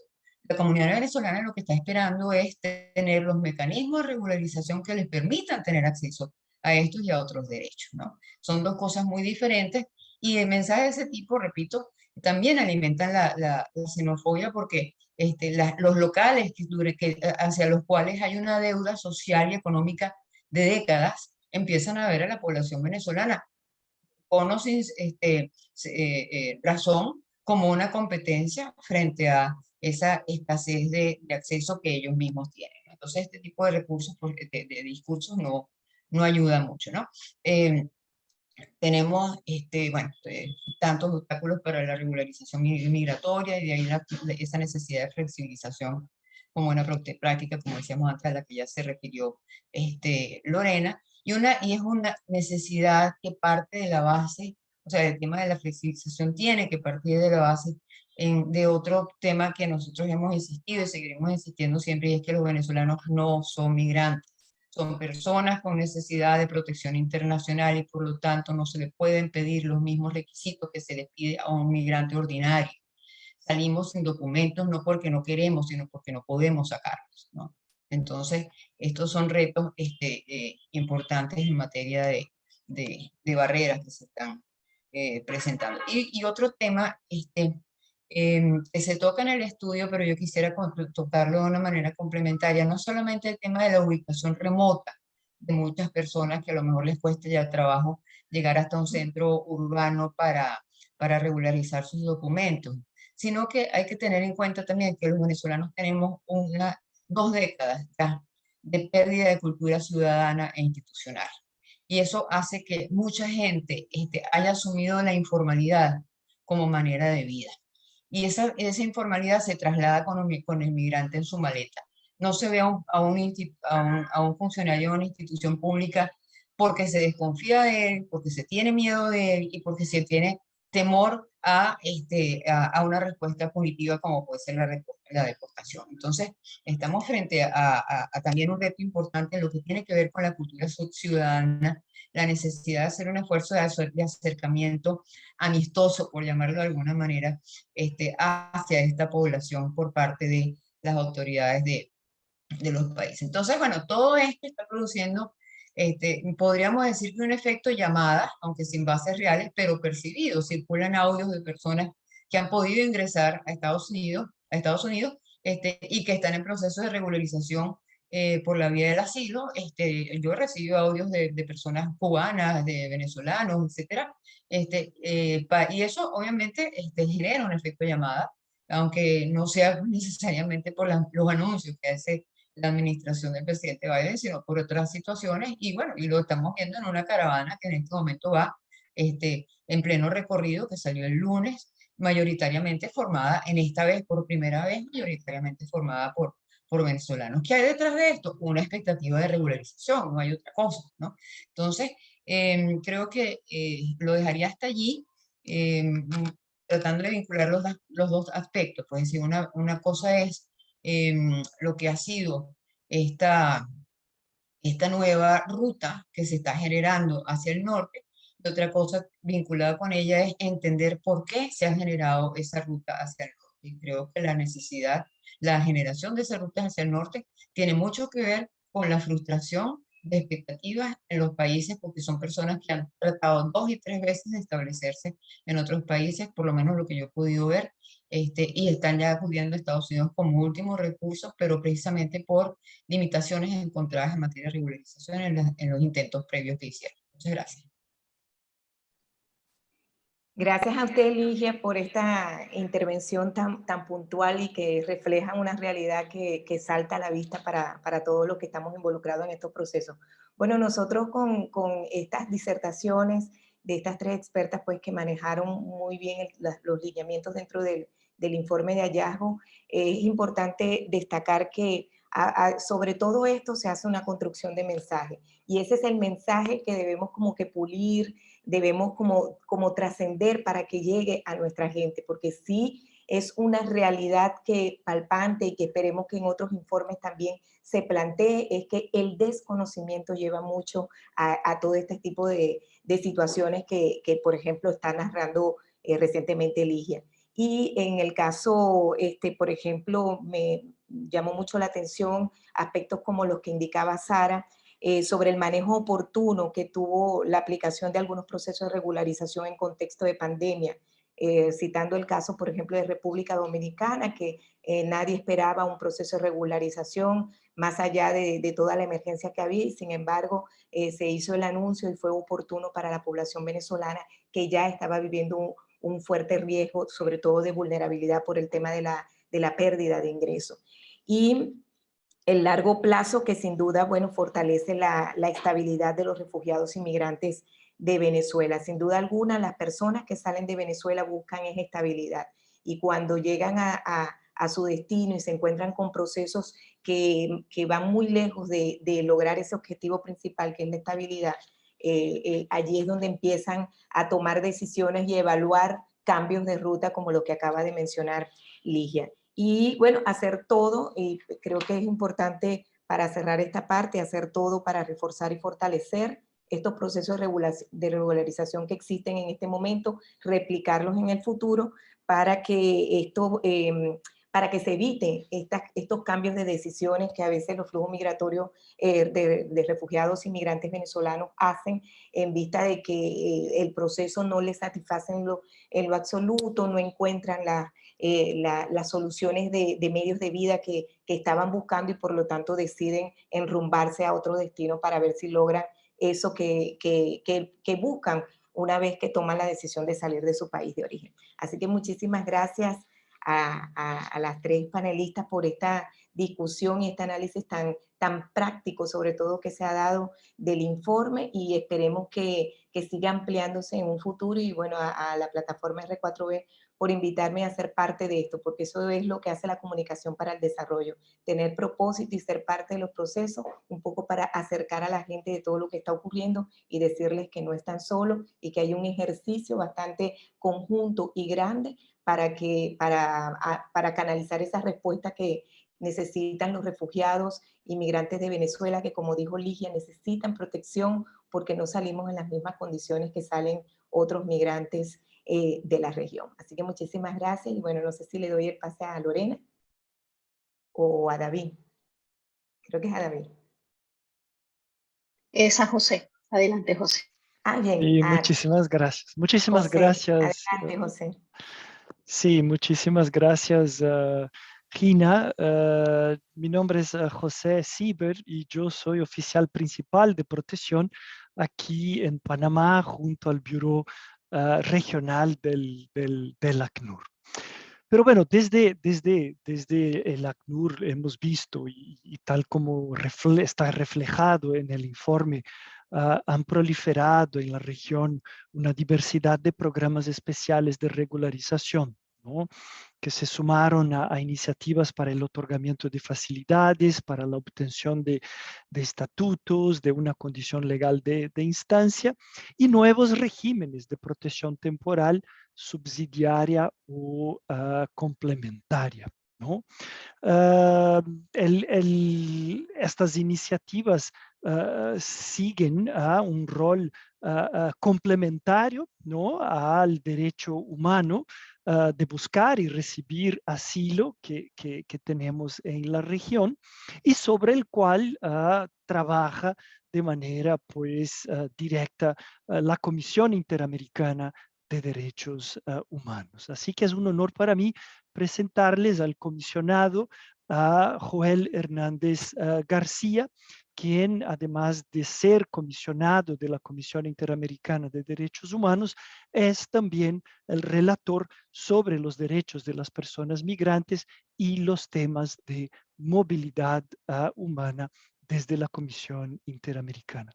Así que, señor comisionado, un placer enorme tenerlo. Le paso la palabra. Muchísimas gracias. Gracias a José Sieber por esta presentación. Empiezo por agradecer a la plataforma R4B y a Lorena Nieto por esta amable invitación para ser presente aquí en esta conversación a la Comisión Interamericana de Derechos Humanos, y también felicitarlos por el esfuerzo que han realizado y por la presentación de este importante informe. Una de las ventajas de ser uno de los últimos panelistas es que prácticamente se ha dicho todo, pero la gran desventaja que tengo es poder mantener la atención y el interés del público asistente después de haber escuchado presentaciones tan sustantivas y tan importantes. ¿Qué es lo que saco como conclusión después de escucharlos? Creo que afortunadamente la región está avanzando en la dirección correcta. Creo que hoy podemos ver en materia de regularización que el vaso está a la mitad, pero que se está llenando. Y que ojalá pronto podamos tener un vaso al menos medio lleno y poco a poco poder ir cubriendo todos los déficits. Creo que aquí ha quedado de manifiesto la importancia de avanzar en la regularización, pero también se ha hecho énfasis en señalar que no solamente deben de verse los aspectos jurídicos, sino también los metajurídicos, y que la regularización en sí misma no es la única solución, porque necesitamos también avanzar en otros programas de integración de las personas en movilidad humana a los territorios de acogida. La Comisión Interamericana ha sido invitada en esta oportunidad para presentar a ustedes el trabajo que estamos realizando en la Comisión en el desarrollo de estándares interamericanos para la protección de personas en movilidad humana. Antes de explicar estos estándares, quisiera hacer un paréntesis para señalar que uno de los propósitos del mandato de la Comisión es contribuir a la formación de un derecho internacional de los derechos humanos de las personas en movilidad humana. Y este derecho internacional se va nutriendo de distintas fuentes, pero una muy importante es la práctica reiterada de los estados que va generando las normas de derecho consuetudinario internacional. Y resalto esto porque aquí se han señalado buenas prácticas que creo que abogan mucho en el sentido de ir creando una norma de derecho internacional general sobre el derecho a solicitar y recibir asilo, entre otros derechos que se conjugan en esta situación. La Comisión Interamericana, en ese sentido, no solamente tiene una responsabilidad de formular recomendaciones a los estados en materia de derechos humanos, sino también ha entendido como parte de su mandato la formulación de estándares interamericanos. Y de esta manera, la Comisión viene realizando, me refiero en este caso específico a la Relatoría de Derechos de los Migrantes y las Personas en Movilidad, una serie de informes temáticos que recogen los estándares interamericanos. Estándares interamericanos entendidos desde un sentido lato. Es decir, aquí en estos estándares interamericanos que codifica y difunde la Comisión, están incluidos tanto normas de derecho convencional como normas de derecho consuetudinario, pero también otras normas de derecho suave o normas que se encuentran en evolución. Pero es muy importante que estas normas sean codificadas y que sean luego difundidas para ir creando una narrativa del derecho internacional de los derechos humanos de las personas en movilidad humana. Me voy a señalar a 4 productos recientes que ha realizado la Comisión. Todos se encuentran en la página de Internet. Me referiría en primer lugar a la resolución 4/2019 de diciembre de 2019, que contiene los principios interamericanos sobre los derechos humanos de las personas migrantes y en movilidad humana. Este es un documento fundamental para la relatoría porque aquí recoge en 60 principios recomendaciones muy específicas sobre la situación de todas las personas en movilidad humana. A estos principios interamericanos en el 2020, la Comisión publicó otro informe temático titulado Debido proceso en los procedimientos para la determinación de la condición de persona refugiada y apátrida. Este es un informe temático fundamental porque aquí contiene las recomendaciones para los estados, para las autoridades, con el propósito de que los procedimientos para la determinación de la condición de refugiado sigan los estándares más altos en materia de debido proceso. Más adelante, el año pasado, la Comisión adoptó la guía práctica sobre cómo hacer más efectiva la protección de la unidad familiar y la reunificación familiar. Y este es un informe importante por el momento en el que se produce en el año 2021, cuando ya estamos observando las frecuentes caravanas de migrantes que vienen desde Sudamérica, Centroamérica, cruzan México y llegan a Estados Unidos. Y la Comisión quiso aquí destacar los estándares aplicables a la reunificación familiar. Y por último, la Comisión acaba de adoptar en su último periodo de sesiones la guía práctica denominada Protección Internacional y Regularización de la Condición Legal en el contexto de movimientos mixtos. Y este es el tema que hoy nos ocupa, el tema que tiene que ver con el informe relativo a las prácticas nacionales en materia de regularización. Este informe apenas lo acabamos de adoptar en abril de este año. Haremos este mes su presentación y su difusión. Desde ya los invitamos a esta difusión. Así que simplemente por ahora, como en las películas, me limitaré a hacer un preview de lo que es este informe, con la esperanza de ser lo suficientemente seductor para que puedan seguir la presentación del informe y poder leerlo. No es otra cosa sino que un informe que viene a abonar a mucho del trabajo que ustedes hacen y de lo que aquí ya se ha dicho, que básicamente las palabras clave son regularización y son buenas prácticas.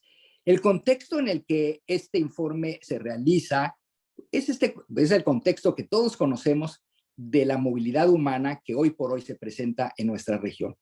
Pero fue elaborado dentro de un contexto muy especial, inevitable abordar, que es el tema de la pandemia del COVID-19, donde ahí la Comisión observó ciertas prácticas en la región caracterizadas por la externalización del control migratorio, el despliegue de fuerzas armadas, policías militares y otros cuerpos de seguridad con formación y perfil militar, el aumento de la aplicación de la detención migratoria y los procedimientos de deportación o expulsión que no aseguran las garantías del debido proceso, y también la limitación del acceso a los territorios de los estados y a procedimientos migratorios. Este panorama complejo nos lleva entonces a entender la necesidad de avanzar en la regularización de los flujos mixtos de migración.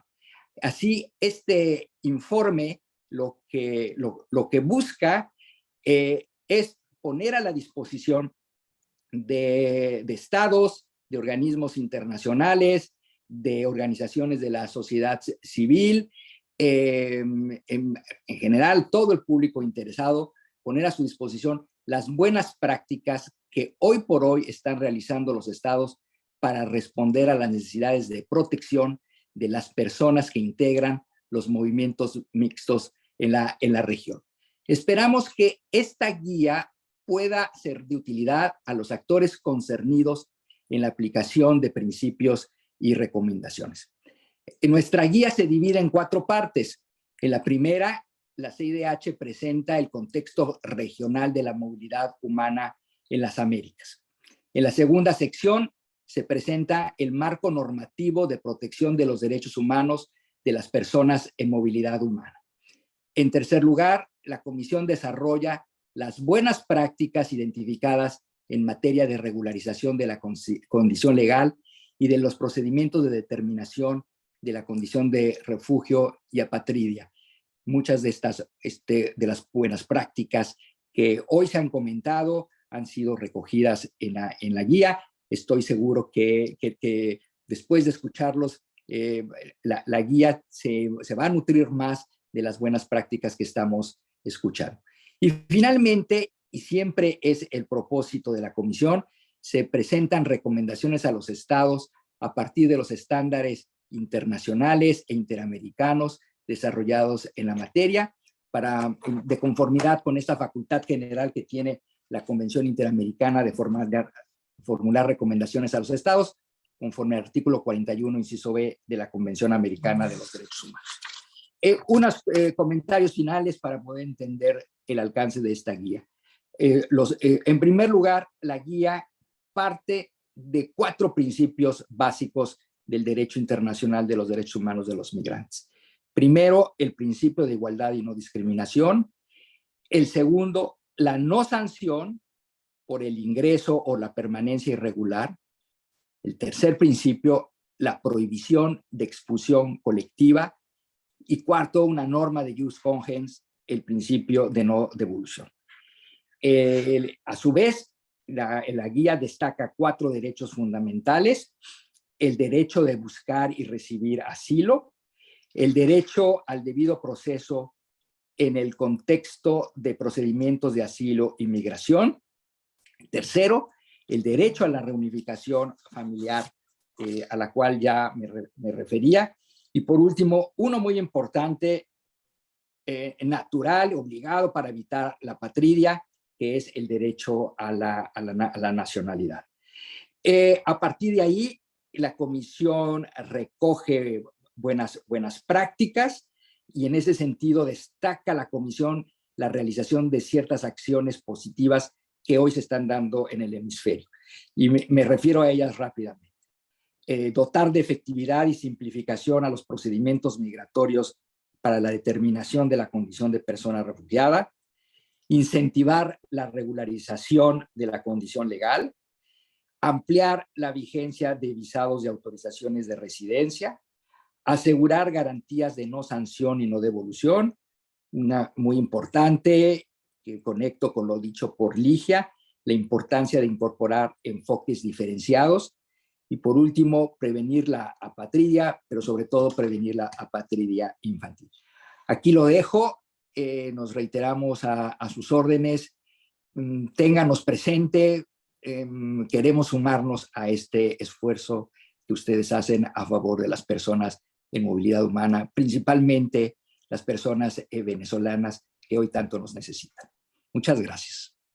Muchísimas gracias, señor comisionado, sobre todo por la precisión y por haber logrado, sin duda alguna, nuestro interés, nuestra atención.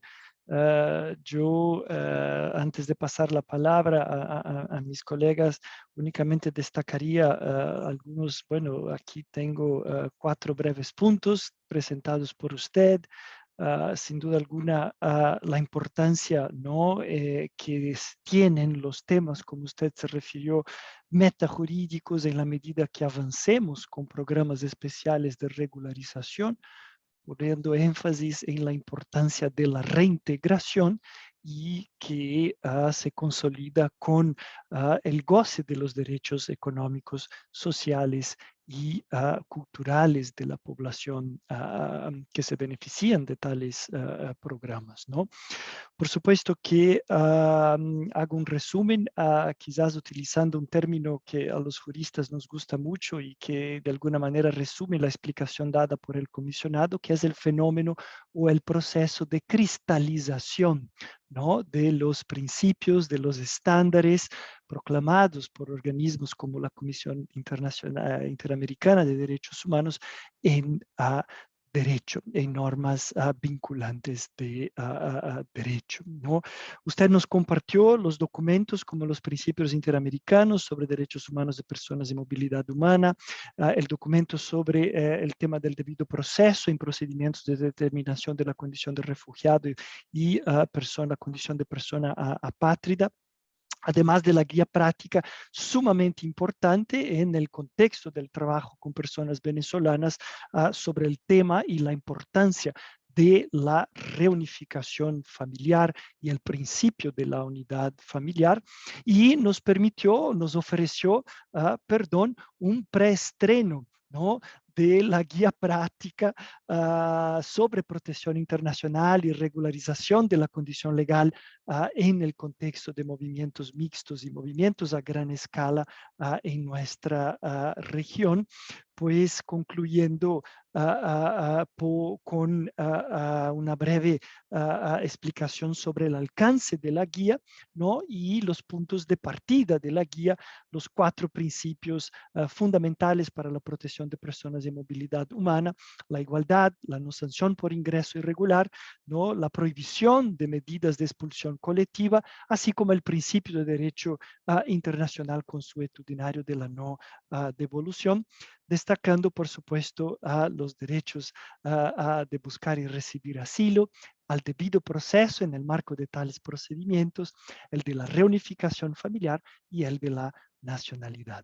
Así que espero haber hecho jus a su presentación, comisionado. Ha sido un placer y destaco su compromiso, su dedicación al tema. Sabemos que usted está en otro horario, ¿no?, que ya es tarde, así que muchísimas gracias y buenas noches.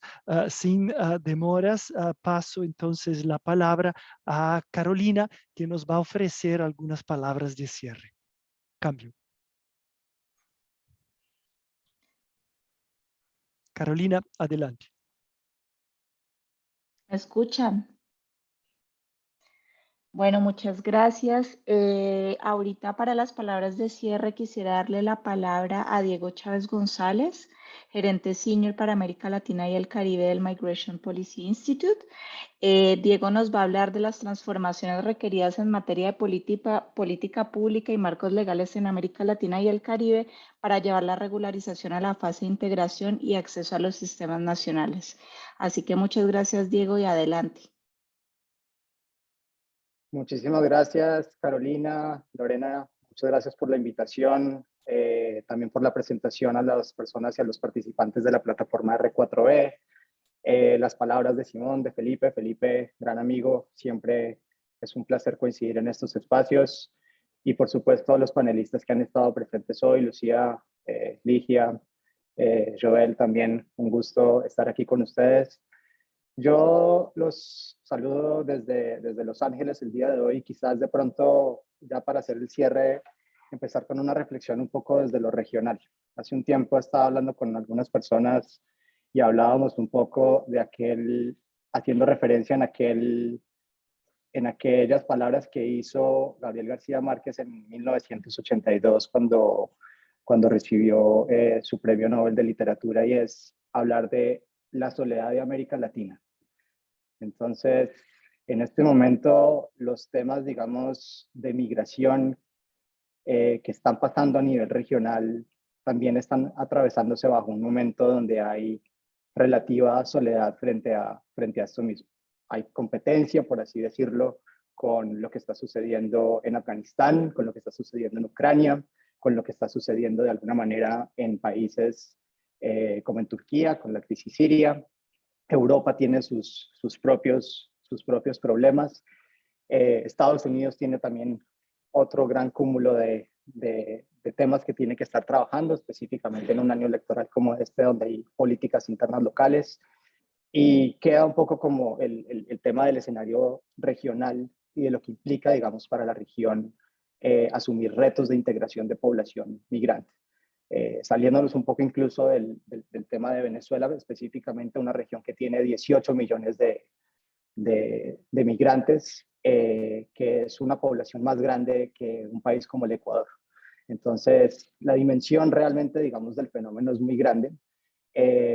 Está muy desgastado, digamos, en el ejercicio como tal, el extender el sombrero para pedir, digamos, mayores recursos para apoyar a la crisis. Y yo creo que de alguna manera la regularización como tal sirve como una herramienta, como una válvula de escape un poco para poder atender, digamos, estas necesidades que hay. Y lo sirve porque la población venezolana, en este caso como tal, es una población que según varios estudios que hemos hecho todos en estos grupos, digamos, en donde nos encontramos, hemos podido darnos cuenta que son poblaciones más educadas que los promedios, digamos, a nivel de los países, a nivel local, digamos, donde se están asentando estas poblaciones. Con una cierta o relativa capacidad, digamos, en diferentes sectores, en salud, en educación, en ingenierías, etcétera. Y yo creo que entender la regularización sobre la base un poco de cómo se tiene que trabajar con esta población y cómo acoger a esta población y a impulsar modelos de desarrollo en la región es algo supremamente importante. La región también necesita de consensos. Eso es otro tema que me parece que cada vez es más importante. No necesariamente consensos implica pensar de la misma manera o hacer las cosas de la misma manera en cada país, es decir, que cada país tenga un proceso de regularización que sea específicamente o igual al otro, ¿sí? Lo que puede hacer Colombia no necesariamente es lo que puede hacer Ecuador, pero sí hay un consenso, digamos, frente al tema de la regularización y hay que seguir avanzando frente a ese tipo de ejercicios. No avanzar, como he visto, digamos, en otras partes de la región en América Latina, frente a otro tipo, digamos, de experimentos que se han hecho, digamos, con el tema de las visas, etcétera, que lo que han generado también es, de alguna forma, la invisibilización de la población cuando está en situación de movilidad humana. Y esta invisibilización genera problemas frente al tráfico, la trata de migrantes y frente a temas, digamos, de protección de la población como tal. Entonces, creo que hay que seguir trabajando dentro de esa soledad de América Latina en la importancia, digamos, de fortalecer los espacios de consenso donde se pueden dar estos debates. Llámese proceso de Quito, a través, digamos, del gran apoyo que da la plataforma R4B, la misma banca multilateral creo que ha trabajado muchísimo frente a eso y aquí pues aplaudo mucho, digamos, la labor de lo que ha venido liderando personas como Felipe desde la Unidad de Migración del Banco Interamericano de Desarrollo, también del Banco Mundial, la CAF cada vez más metida en estos temas. Entonces creo que de ahí hay un tema muy importante que hay que trabajar a nivel regional. Ya yendo un poco más hacia el plano de lo local, creo que hay como dos elementos que van a ser tremendamente determinantes, y bien lo mencionó Felipe en su momento, y es que la regularización por sí sola no es el elemento, o es una herramienta, pero no es el elemento único que puede, digamos, servir para los procesos de integración. En una encuesta que se hizo en Colombia el año pasado, se le preguntó a 1.200 empresarios si habían contratado a población venezolana. Solamente el 20% de las personas pudieron contratar población venezolana. Hay una buena noticia de todo esto, y es que se les preguntó después a renglón seguido si volverían a contratar a más venezolanos o recontratar a las personas que contrataron en su momento, y el 90% dijo que sí, lo cual es algo tremendamente poderoso, digamos, en términos de mensaje, porque pues eso de nuevo reafirma la lógica de que la población venezolana es una población altamente calificada. Pero el 20% solamente lo logró hacer, y muchos de ellos, del 80% que no lo logró hacer, habló que no conocen las rutas, que no conocen cómo una vez un migrante está regularizado, se puede, digamos, incluir dentro de la fuerza laboral, hay un tema de validación de títulos, hay algunos temas también que tienen que ver incluso, y bien lo mencionaban varios de las personas que intervinieron el día de hoy, al hecho de pues, que hay unas tensiones sociales que esto ha generado en proceso, digamos, de integración. Han llegado 5 millones de migrantes a la región y pues eso claramente genera tensiones. Entonces, hay que trabajar sobre ese tipo de ejercicios, hay que hacerlo con pedagogía, con campañas, entendiendo un poco cuáles son los temores de las poblaciones de acogida. Y creo que ese ejercicio, digamos, es un derrotero que vamos a tener varias de las organizaciones desde donde estemos sentados para trabajar hacia ello y con ello poder tratar de realmente generar procesos de integración de largo aliento en la región. Y finalmente, pues solamente hablar un poco del tema de cohesión social, ya lo toqué un poco frente a lo último que dije. Crear los marcos normativos necesarios en un país para que la población pueda acceder a servicios, pueda acceder a educación, a trabajo, a salud, es un paso realmente fundamental. Pero para que la cosa funcione realmente se necesita también un poco como de las convenciones y de las normas sociales. Y cada vez tenemos que ir a la norma para poder acceder a los derechos, la cosa se va a hacer muy difícil. Si tiramos una cáscara de banano a la calle y tenemos que ir a un policía para que el policía le diga a la persona que botó la cáscara de banano, recójala o tiene algunas consecuencias frente a esto, se va a volver cada vez más difícil, digamos, el ejercicio como tal de lograr, digamos, consensos en la sociedad. Entonces necesitamos también empezar a construir con las comunidades de acogida y trabajar cada vez más de cerca con las comunidades de acogida sobre convenciones, normas sociales que realmente permitan la integración de la población migrante. Quiero de pronto, entendiendo los tiempos que tenemos, dejar aquí estas reflexiones y agradecerles por el espacio y pues por haberlos escuchado y nuevamente felicitarlos también por el informe que estaré leyendo muy juiciosamente en los próximos días. Y muchas gracias.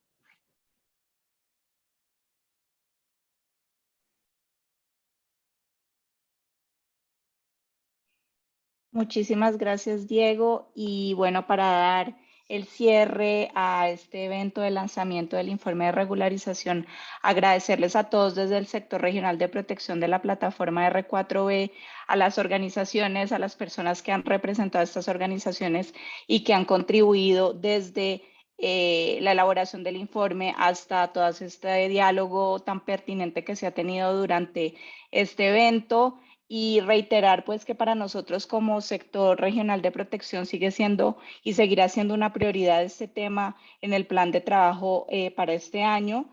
Y solamente retomar para finalizar un poco las ideas principales, Diego, que me parece muy importante que haces esa diferenciación en la importancia del nivel regional y el local, que al final pues se deben conectar como desde lo regional, y es precisamente todo el trabajo que se está haciendo desde la plataforma y lo que nos han presentado los diferentes panelistas en este evento, de llegar a consensos por más de que efectivamente hay contextos diferenciados y eso hay que tenerlo en cuenta, y desde lo local poder trabajar en una integración a largo plazo, interviniendo en diferentes fases como es poder tener información clara y accesible para todo, trabajar en el tema de las tensiones sociales con las comunidades de acogida y bueno, el tema de la cohesión social que está ligado a este tema. Entonces, muchísimas gracias de nuevo a todos por su participación, por su interés, y no sé si alguien más quiere complementar con algo, sino muchísimas gracias. Muchísimas gracias a todos y a todas por acompañarnos. Que tengan un buen resto de semana. Chao, Gracias. gracias. Buenas tardes. Chao. Gracias. Gracias, que estén bien. Hasta luego, gracias.